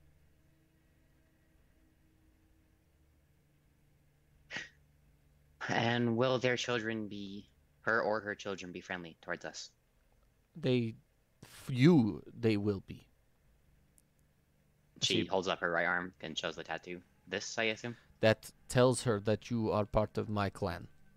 And therefore she will be good with you. They are a bit more aggressive than mine and my sister. So be aware. And they don't usually use camouflage. They bury themselves in the sand.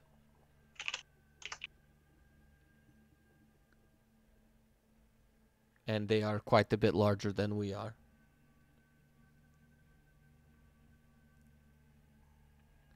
So just be aware that Ushka's family is a little bit more aggressive. All right.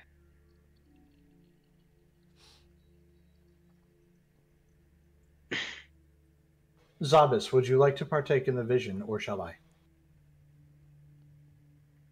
I'll partake. Okay. I should experience it. The cleric walks up to you and offers both of her hands. Do you take her hands? Yes.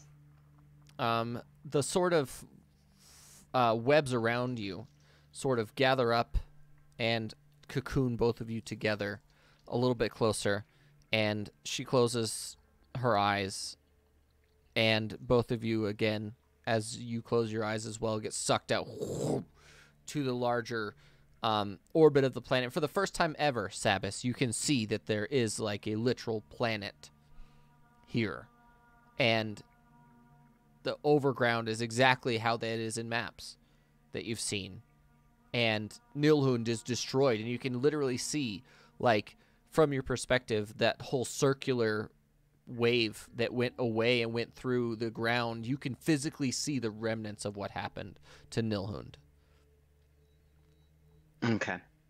So this is like a mind-opening, huge event for you. What do you do in this moment?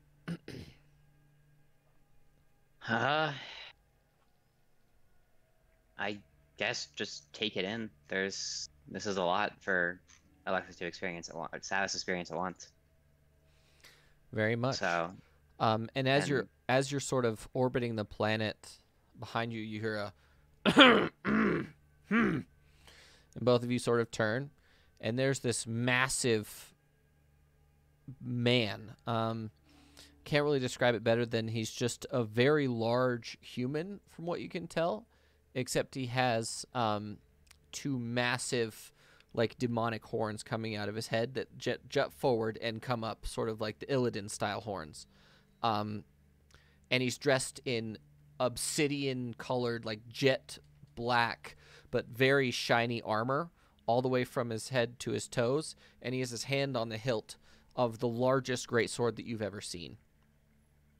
And he's just Okay. leaning back in this giant giant sort of lava-looking throne.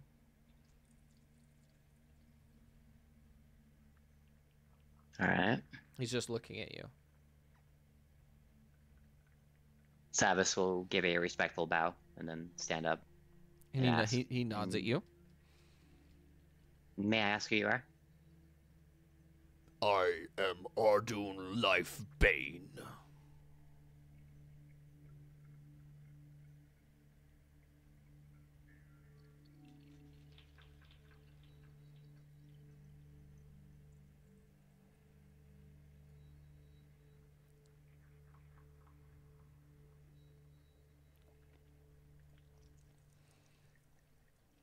You get one question.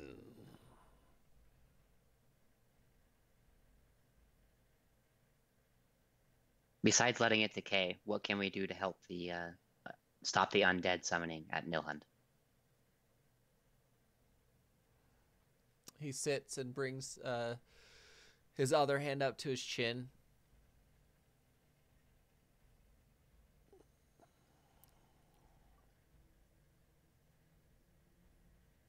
He nods and he points.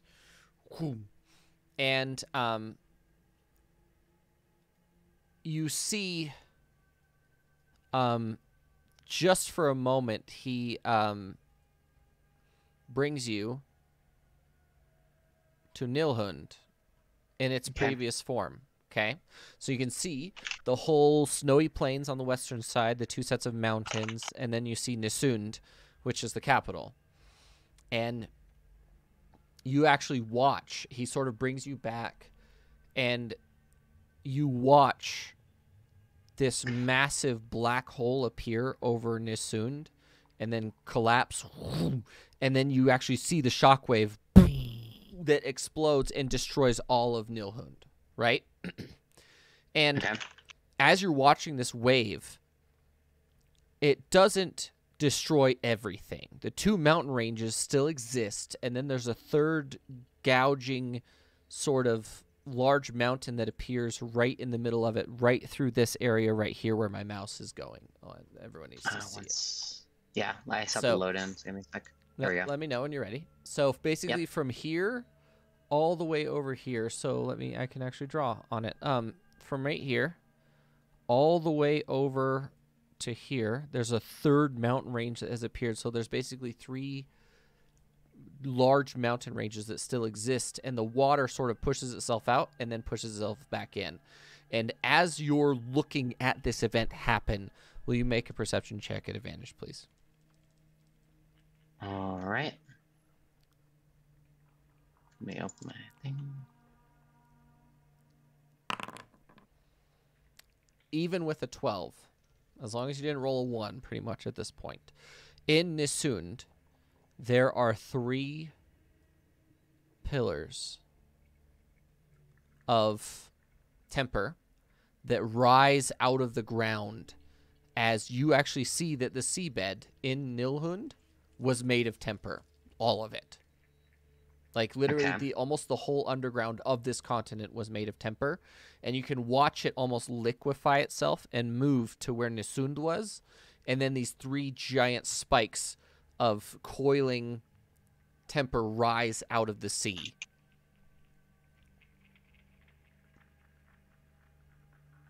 Okay.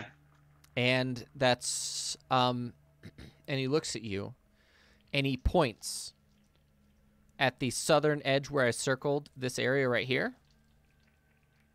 Okay. He points there. And he looks at you and says, "Cursing mother."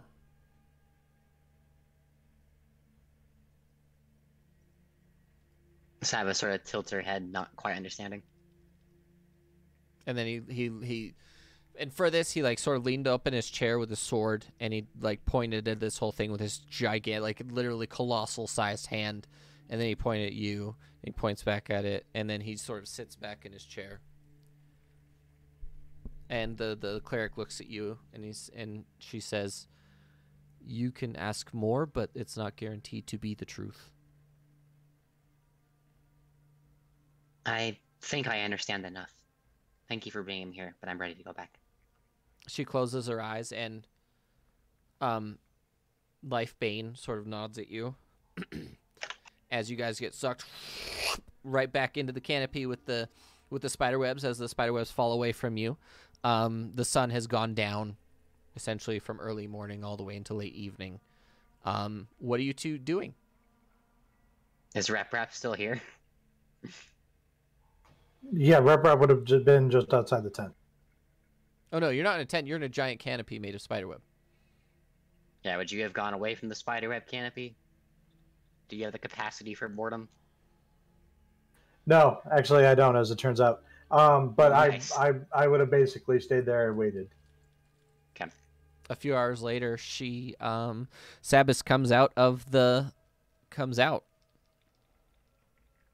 Sabas is gonna give a nod to the cleric, thanking her before turning over to Rip Rap. Okay. Well, I got my one question. She sort of pulls out a piece of paper and starts sketching what the continent of Nailhood became, and then circles the southern mountain range of the spot. I wasn't explicitly told to go here, but this is where the god pointed, then pointed at me, and then pointed there. I believe if we do want to deal with Nailhunt, here should be our first stop. And the god said this is where we would find a soul forger or a soul forged. I simply asked what we can do to stop the undead at Nailhunt. And the god said to go there. The god said to go there. Did the god Said say the anything words. else? He said the words cursing mother. Intriguing. And well, he gave his intro. And, Ardoon Lifebane was his name.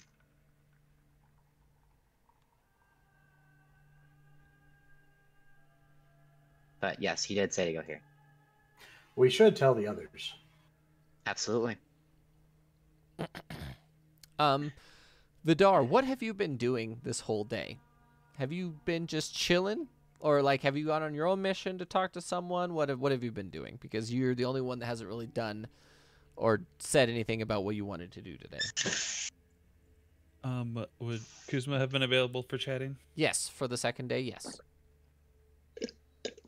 Okay, Vidar would have just started off asking if Kuzma knows anything about the, was it the Tears of the Gods? Or whatever that event was? Oh, I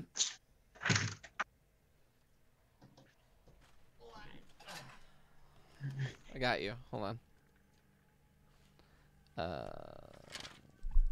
It was called... Alright, my phone's about to die, so I'm turning off the camera. It was called...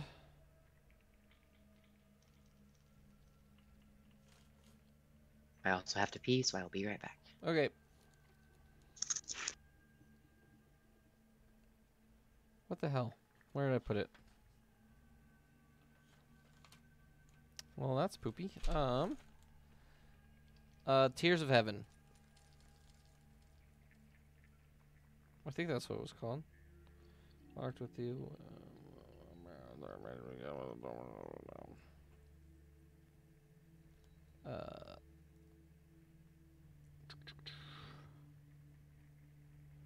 Initial dance. Tears of God. Yeah, they're called Tears of God. Would he know anything about that or no? Yeah, asking. I believe I at one point rolled a history check that I vaguely knew of them, but not details. You know what? Let's see. And so just asking Kuzma because he seems like the creepy undead knowledge-y type. He looks at you and then looks around him and then almost puts his ear up to listen to someone. And he says, I know someone who was there for it. What questions do you have, Widar? I was just thinking, with all of this temper and undead spawning, that a few months ago I had seen something happened on the Eternal Vision late at night, and I was just wondering if they might be related and if the Tears of the God scenario may be happening again. True. I never thought of this. Maybe. Just maybe. Maybe we could look into this. It's good thinking, Widar. Get back with me tomorrow. I will talk to my spirits. And he's like, he looks at you and he says, would you like to see them? Would you like to talk to them yourself? Perhaps. I do not have much more insight into the situation other than this is a thing I have heard of, and I saw something long ago that I had almost forgotten about that almost matches the description. I'm not sure where to go from there other than wondering if we are in danger. Oh, we Beyond what- all in danger. At this point, we are all in danger. Perhaps somebody who understands how the situation came to an end previously could give us insight into how to survive it this time. You know someone who was there for it. Vidar pauses for a second and then thinks about the vision of Callum with all of the temper and undead and stuff like that. I can get you believe- to talk to him if you'd like. We just need to make sure Loershik is nearby.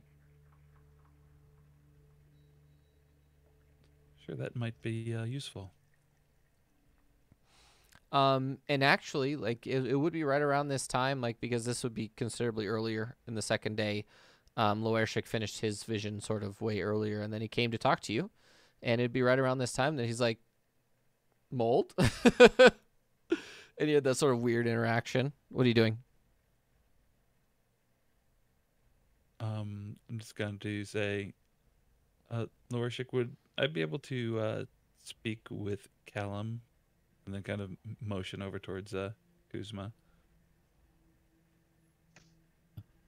I mean, I can ask. Hey, Callum. There's Right, some Callums nearby. right, yeah. He's sort Do of you like want to stretching. You want to hop? You want to hop in me? And Vidar sounds like he wants to talk to you. You can use me if you want. Oh, right, sure. And he's sort of like, you feel like that sort of spiritual overtaking that he does. And you definitely hear Callum's voice out of Loershik. Right, what you want, Vidar? Oh, I was. Yeah, this makes a lot more sense than whatever Kuzma was suggesting. Oh, no, he was just talking about some sort of speak with undead spell. It does work, but it's not as consistent as this one. I was wondering, you are obviously familiar with the Tears of the Gods. Unfortunately, intimately. How did that ever get resolved? How did that come to end? It depended on the size. Most of them were about 15, 20 meters across. Those ones took almost 100 years to be taken care of. But the ones that I died against, it was only like 25, 30 years for them to stop.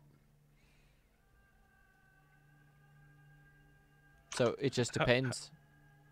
How was it that they were stopped? Just One day it was over. They just stopped raising the dead. so the dead were managed until you didn't do anything to end them. You just managed the situation. Nope, you build walls around it and you just leave it.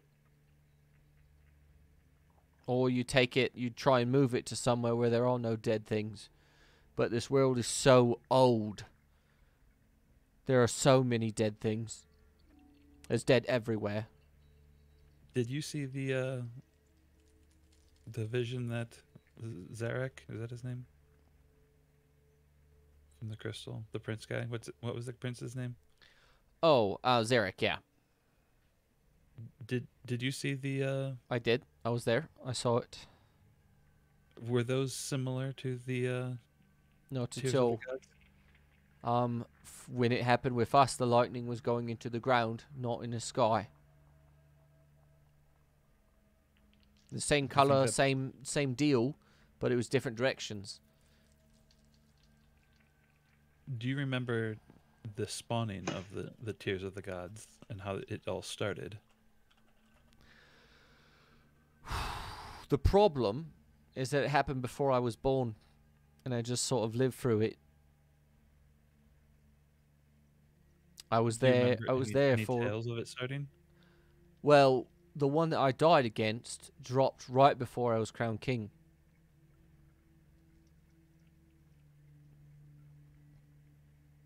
It was about, from what I remember, it was about 2 per day. Just in the area that I died. Some of them were real small, like yay big, and he like puts Lorshik's hands up, and like they don't do nothing. They just temper right away. But then you got the really fucking big ones, the ones that are like 10 meters, 15 meters across. Those will start channeling energy into the ground, and then the dead start rising immediately. And then it just happens until they run out of energy. So it's like, it's hard to explain because I was only there for the tail end of it, and then I only lived for the first like 70 years or so. So it was poor. It was poor for the most part, but the vast majority of them that fell, I hadn't even been born by the time the first one fell, or by the time some of them fell. There was a lot of them, a lot around when I was born. And you My probably father didn't- died fighting him. You probably didn't see a few days after.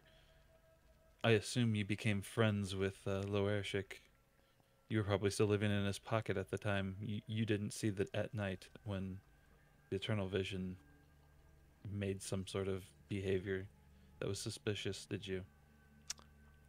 I don't remember that at all. I think I was still getting settled. Because I still had my skull at that point. I wasn't really made full, as they say.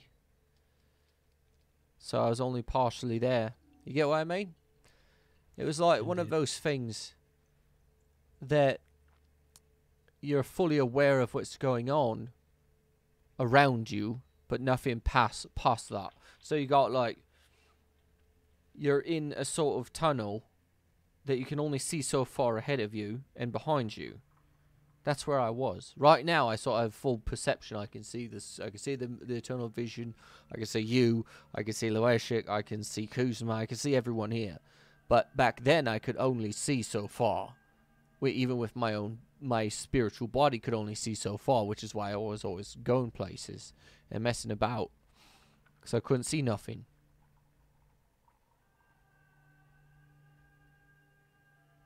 I wonder if there's some sort of magic we could do to refresh your memory. Get back in there and witness it again. I mean, with all this fucking talking to gods and shit, there's got to be something. Right? If you could talk to Indeed. a god, you could look in someone's memory. There's no fucking way there's not an option. Indeed, I have been just what sounds like everyone has limits on the number of questions we can ask, and I don't want to wind up like Kuzma with no eyes. So I want to make sure that I'm asking the right questions before I go. Well, in his case, you got to understand who that's coming from, because he was a god when I was alive. Right? So everyone back when I was alive knew that the voice taker, you had to trade a lot of stuff in order to get information from him. Now it doesn't really work like that because everyone knows nothing and they don't have any questions. They don't have the right questions anymore. So if you want something real important, you're going to have to sacrifice something. But you got to know what you want. Most people nowadays don't know what they want.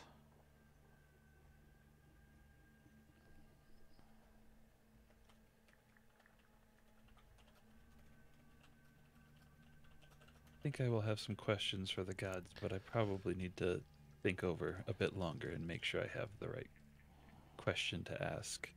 Thank you, Callum, for your insight into the Tears of the Gods. Oh, you're welcome. Let's just pray it's not happening again.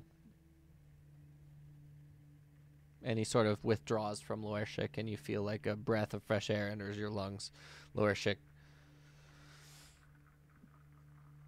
Do you have everything you need? Yeah, I think so. Were you conscious for that, or? Was I conscious for that? No. When Column goes into you, you lose all of it. When Column is inside of me, I am not here mentally. That sounds like a good coping mechanism.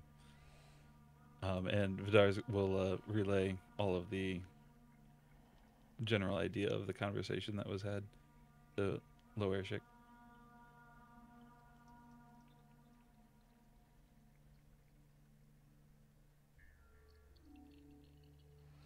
All right. That's the second day. We move on to the third day. Are we doing anything for the third day? Yes, Rep is going to start disseminating his idea for the portable ballista amongst the blacksmiths and forge masters. Okay. To what end? Are you going to try and get more? No, democratizing it a little bit, but more importantly, it's about the dissemination of information. The war bands have already been attacked, so he just wants to make sure that they're as well armed as they can be. And Rep strongly believes that information wants to be free. So Fair enough. They take your designs and they're like, "You haven't figured out the material yet, have you?" not quite. I am very close, but it just seems I'm a little short in terms of being able to procure the right materials. I think that this requires mithril or some sort of lightweight metal that's magical in nature, or a calcum, something not terrestrial, not natural. Have you come across bauxite in this region? No. No bauxite. Interesting. No. From what the alchemists and the miners say from down south, you can get it in the Verdengard, but you have to go through the swamps. I believe an alloy that is refined from bauxite may in fact be the key. It could be, but I'm not well versed in anything but steel when it comes down to it. Some of the jewelers might have some sort of interaction with it, but it may be possible for you to make something like this out of steel, but it would be less portable for obvious reasons. It would have to be on a turret or some sort of other vehicle, if you get what I mean. Still, I hope this can help you in defending the warbands. Oh, it should, absolutely. Now that we are united, it should no longer be an issue. Infighting can only get you so far. I would argue that infighting can get you nowhere. That's exactly what I'm saying. A joke. Aha, aha, ha, ah. I am terrible at laughter. It's yes, you are. Maybe you should go work on that. You have your volume knob. Now go work on your laughter switch. Yes. Ah. God damn it. Okay. That's what technician's doing. Loershik, what are you doing for the third day? I would like to find someone who can imbue some items I have with some magical properties. Okay, what do you send me a shopping list on Discord. Less of a shopping list. I would like to find someone who can imbue my cards to where if someone has ill intent, it says a different name title, if possible. Oh. Because I've realized I've left a paper trail of me. So if I could not do that anymore? That. Yeah. Okay. Yeah. Basically, you get with one of like the rune carvers / enchanter type people, and they're like, next time you come back, I'll have a bunch of them ready. But it's a process. What I want to say if that's not good. Just real quick, just a heads up on this. I think that would fall under magical tinkering. I could be wrong.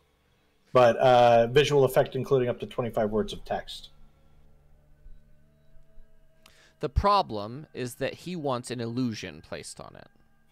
Fair enough. Okay. That's the effect. Is his effect is specifically an illusion.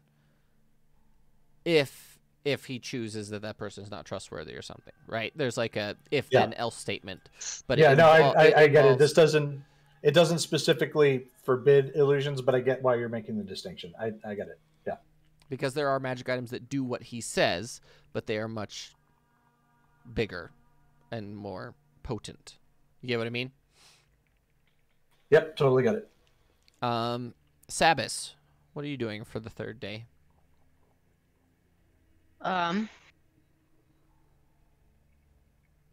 Let's see. Probably checking my maps to see if it's any sort of useful. Reviewing all the maps I have around the area of my hometown, because that is probably where we're going to be heading around to. Restructuring them and then getting them set up in a way to where she can edit them a lot easier when they get there, if we decide to go underground. Sure. Because she can still find the general direction. Oh yeah, especially after having seen it from that perspective, like the massive perspective, you could probably extrapolate a little bit of like this shifted a little bit here and like stuff like that. So yeah, absolutely. She's basically taking what she saw yesterday and what she knows about how it shifted from the last couple of months and just trying to basically route plan in case they decide not to take the river and go under the ground. True. Vidar, what are you doing? And also hang out with spiders. That sounds fun. Sure. Vidar is mostly just vaguely gathering information about any of the Tears of God situation, just any sort of historians or otherwise wisdom type people that might know anything about it. So you're just looking not, for not going to gods, just trying to figure out if anybody happens to know anything more about it on like a historical context. Go ahead and make an investigation check for me, please.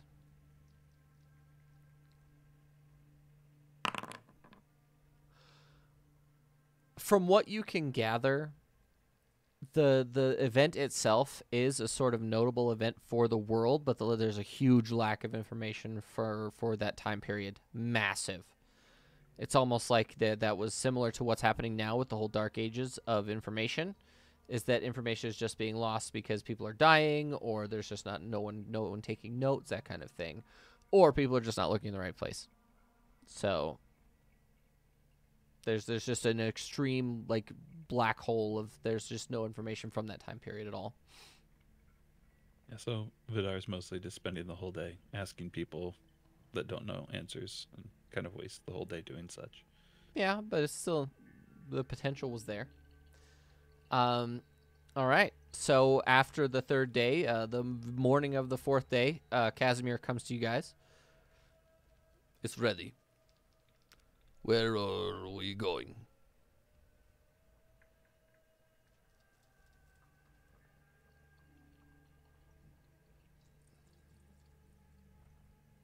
It sounds Do like we we should be know- heading to the First Brother. Sounds like so. Did we want to go by a way of Talaka or a cut? Do we know where the nearest guidepost or ranger station, whatever it was, would be near? No, but it does seem like we would have pretty good luck going from Akat into the jungle. Also, I'd if we imagine all the cities would have one. would the king and Talaka seem to be pretty close friends with Ivan. If we went there, we might be in danger. If he is actually allied with Ivan, maybe Akut might be a better option.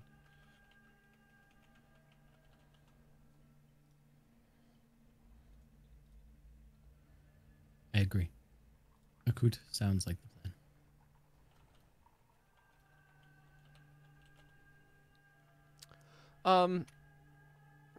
So you're going to Akut? Is that what we've decided? Akut. Yeah, Akut. Casimir just looks at you guys. He says, "I've never been there. One of you's going to have to do it." Sabas We've sort been of there, stands right? up. I've been there. Sabas is very familiar with Akut. He sort of hands you this baseball-sized stone.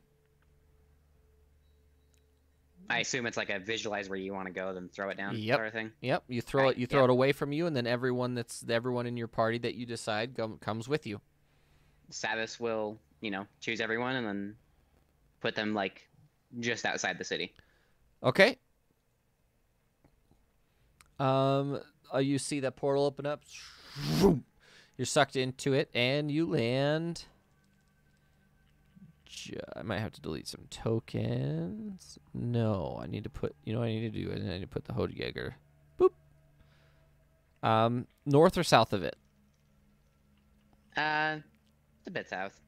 Okay. It's like a few hundred, like a few hundred feet out of the city, just so they don't pop up in the middle of fucking somewhere. So yeah, you guys are just right outside of Akut. Teleporting in the middle of the city seems like a recipe for trouble. Okay. You land basically on this sort of like giant willow trees lining the north side of this area. The sprawl of Akut just existing in its like very peaceful area. Make a perception check real quick, everybody. I'm working on it, and I'm having issues with Foundry. Oh, okay. Apparently, my auth expired. What?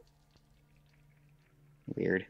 That's weird. That shouldn't happen, but Yeah, it just stopped loading everything, and then when I refreshed, it took me to auth again. So maybe close the window and start it back up again. Either I mean, way, it's trying. Either way, Yeah, it's trying. Loershik and Vidar, you notice that at least one of the Krakens is back. Because remember, there were 2 Krakens in the bay. One of them, the one northern over in this area here, has returned. I tap Vidar. Our friends are back.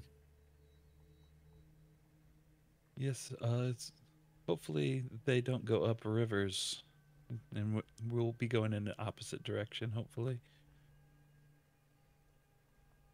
We can I probably nod, go and as I underground. do, I put my disguise on.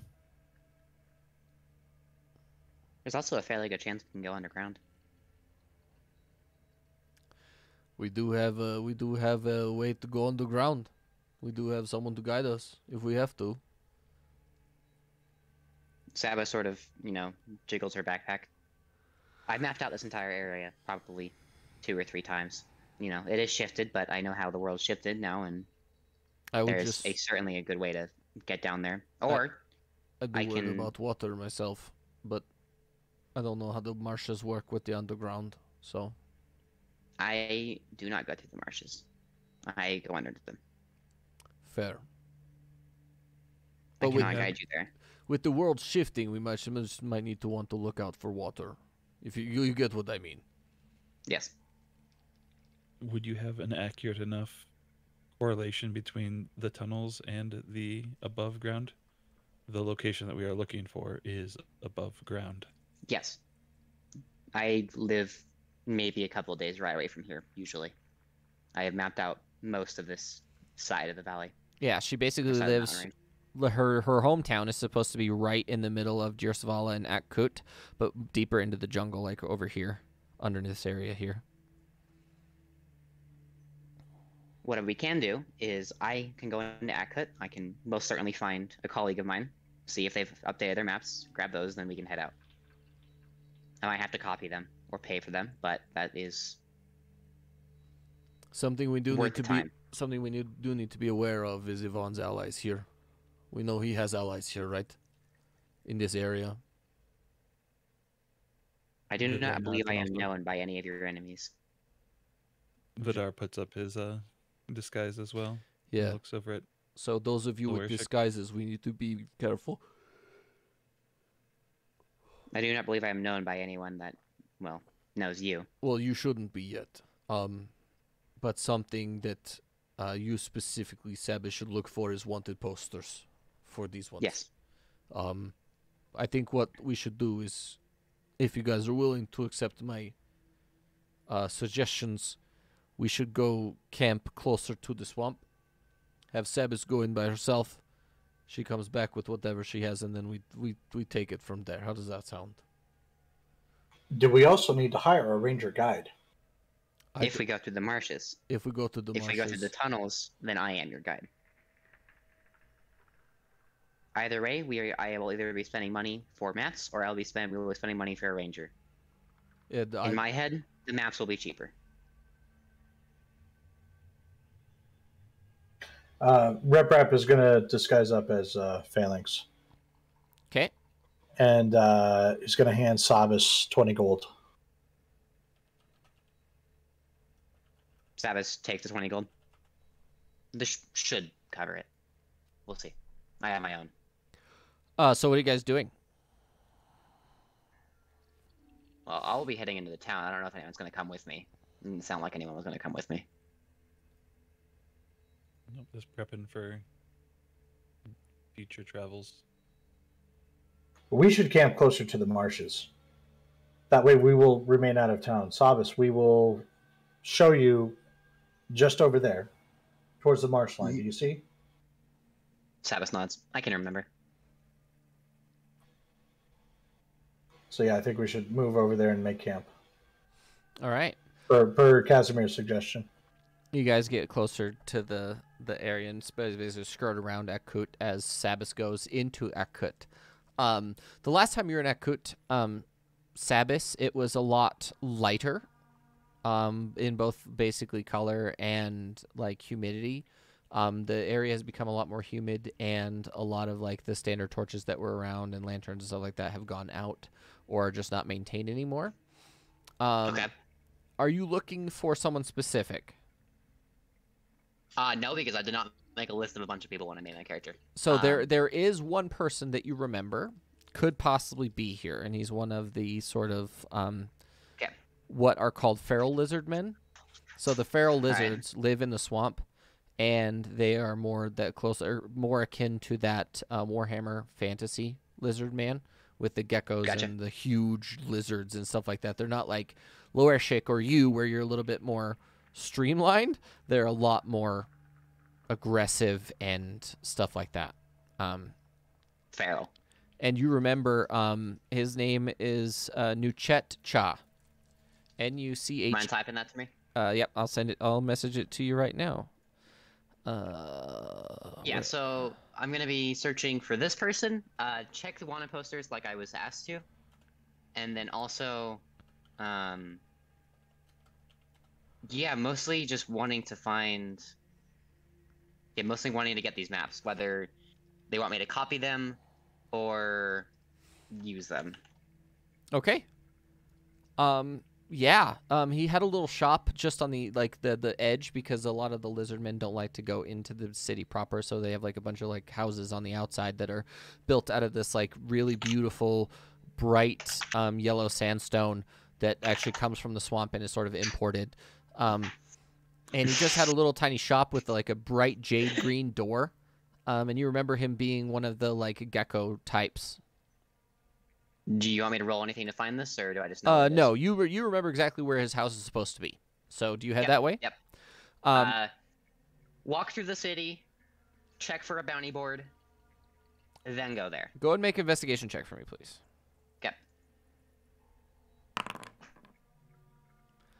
Okay. You do find a bounty board. And it actually does list, not with names, but just proper descriptions and hand-drawn pictures of Technician Loershik, Vidar, and a female elf you've never seen before. Okay.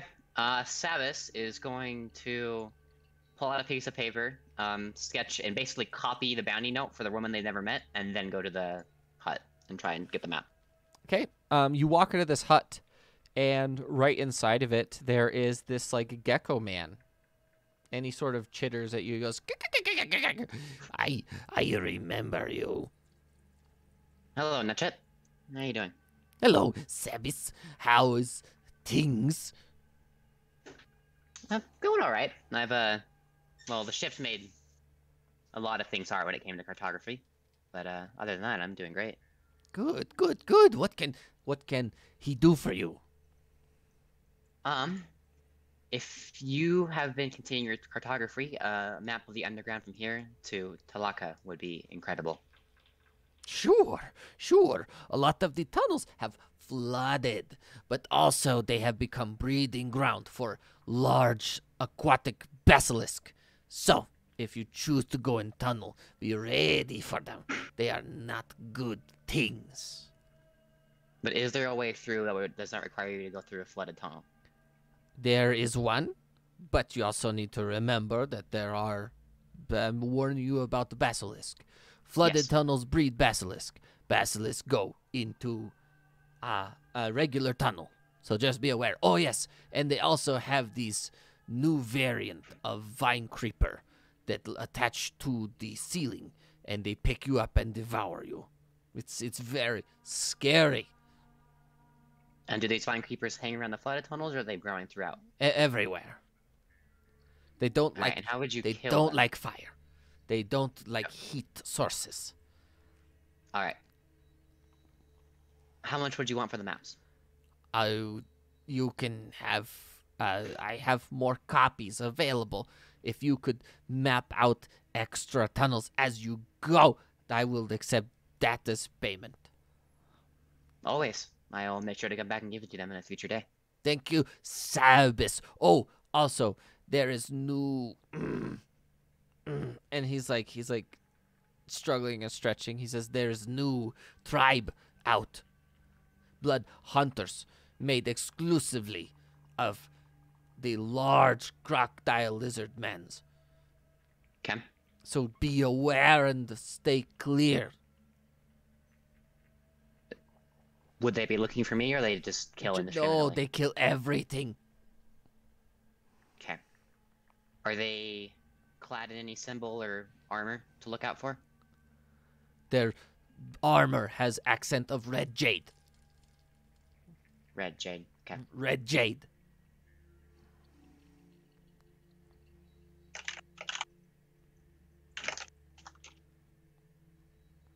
And he definitely like his demeanor is very like skittish and sort of like jumpy, and it's always been like this. Their whole like sort of Yeah. subspecies is just sort of that way.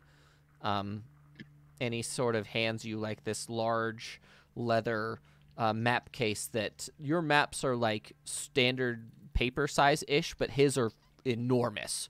Like you have to have a whole new case and stuff to look at his maps and everything. Okay. Sabis will take them, give a very deep bow, and then put down 10 gold. Thank This you. is for 1 for you, and 2, well, I feel like even if I take these maps, I am not guaranteed my return, so you should have something in return. Thank you, Sabis. Have a good time. Thank you, as always, for your knowledge and your warnings. And then Sabis will respectfully leave and head back to the camp. All right, you get back to the camp a little while later. All right, she will set down the map as she, approaches them, pulls out a blanket, lays it out, sets up the map, and rolls it out to look through. Okay. There's like a handful of maps that are all contiguous if you put them all together. It's just a Yep, very She's piecing them together. yeah. And she sort of motions the party to come around. You're all there around this like sort of this little campfire that I assume technician probably made. And she's laying out these tunnels, and they are. You can see that your trail that you want to take goes directly to the sort of sandstone temple right in the middle, but you have to curve around a lot of ways, and from your extrapolation, it's probably going to take 3 days to get there. Savis sort of points out the flooded tunnels. So there are a few things we do have to look out for if we go through the tunnels. There are water basilisks that have been breeding through the flooded areas and are currently stalking the tunnels. We will have to avoid those, or do our best to kill them without getting killed ourselves. Then, in addition, there are wall creepers, or ceiling creepers, I guess. Sort of vines that are growing throughout that will pick up any living being and attempt to kill it. Snatch you up, sort of thing. Real quick, was that those blood hunters, were those something that would be on the surface or on the ground? They'd or be the on the ground? surface, and you'd have Yeah. to pray that they don't go underground. Yeah, Sabas sort of shrugs and goes, but if we do go above the ground, I was warned that there are crocodile lizardmen blood hunters around who kill indiscriminately and hunt in packs. They're primarily on the surface, but they would follow us into the tunnels if they intend to kill us if we see them. Something to consider, really.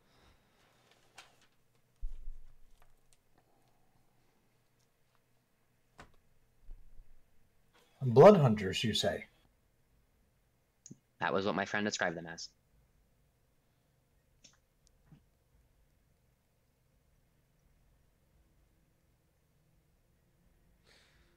I would be interested if any guide that we might find would know of these and perhaps know ways around. DM, how much do I know about blood hunters?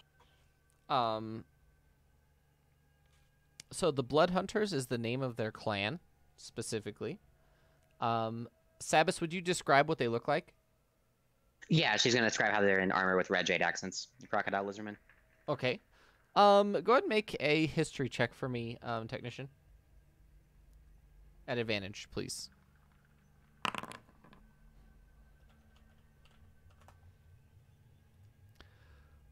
You know that these specific version of Lizard Man, by the way, I'm putting it in our group chat, are normally bred as sort of siege weapons, that they on average are between 10 and 15 feet tall. They weigh like 6,000 pounds, and they carry around these giant like siege weapon style melee weapons, or they're giant clubs or giant like cleavers or whatever. And from what Sabas describes, it's literally a clan of just exclusively these guys. So they don't have like their little infantry or anything with them. They're just these giant monstrosities that exist on their own for some reason. Which, as lizard folk yourselves, and like as part of that culture, both Loershik and Sabas would know that these types of creatures were only saved in times of great warfare. So a lot of lizard people are bred and like spawned out of breeding pools in a lot of cases. You two were not raised in that culture or that way of doing it, but these basically would be a response to the Neheb Ka, or an equal power level to the Neheb Ka for the Undergrounders.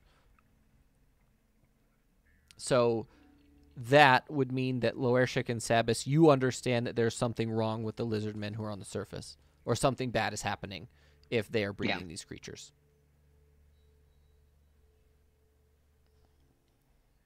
Something a little fucked up. And they will try to kill us. So Sabas is like, yes, tunnels. I don't care about the basilisks. Fuck these lizards. No, the basilisks would be no match for these dudes. Not at all.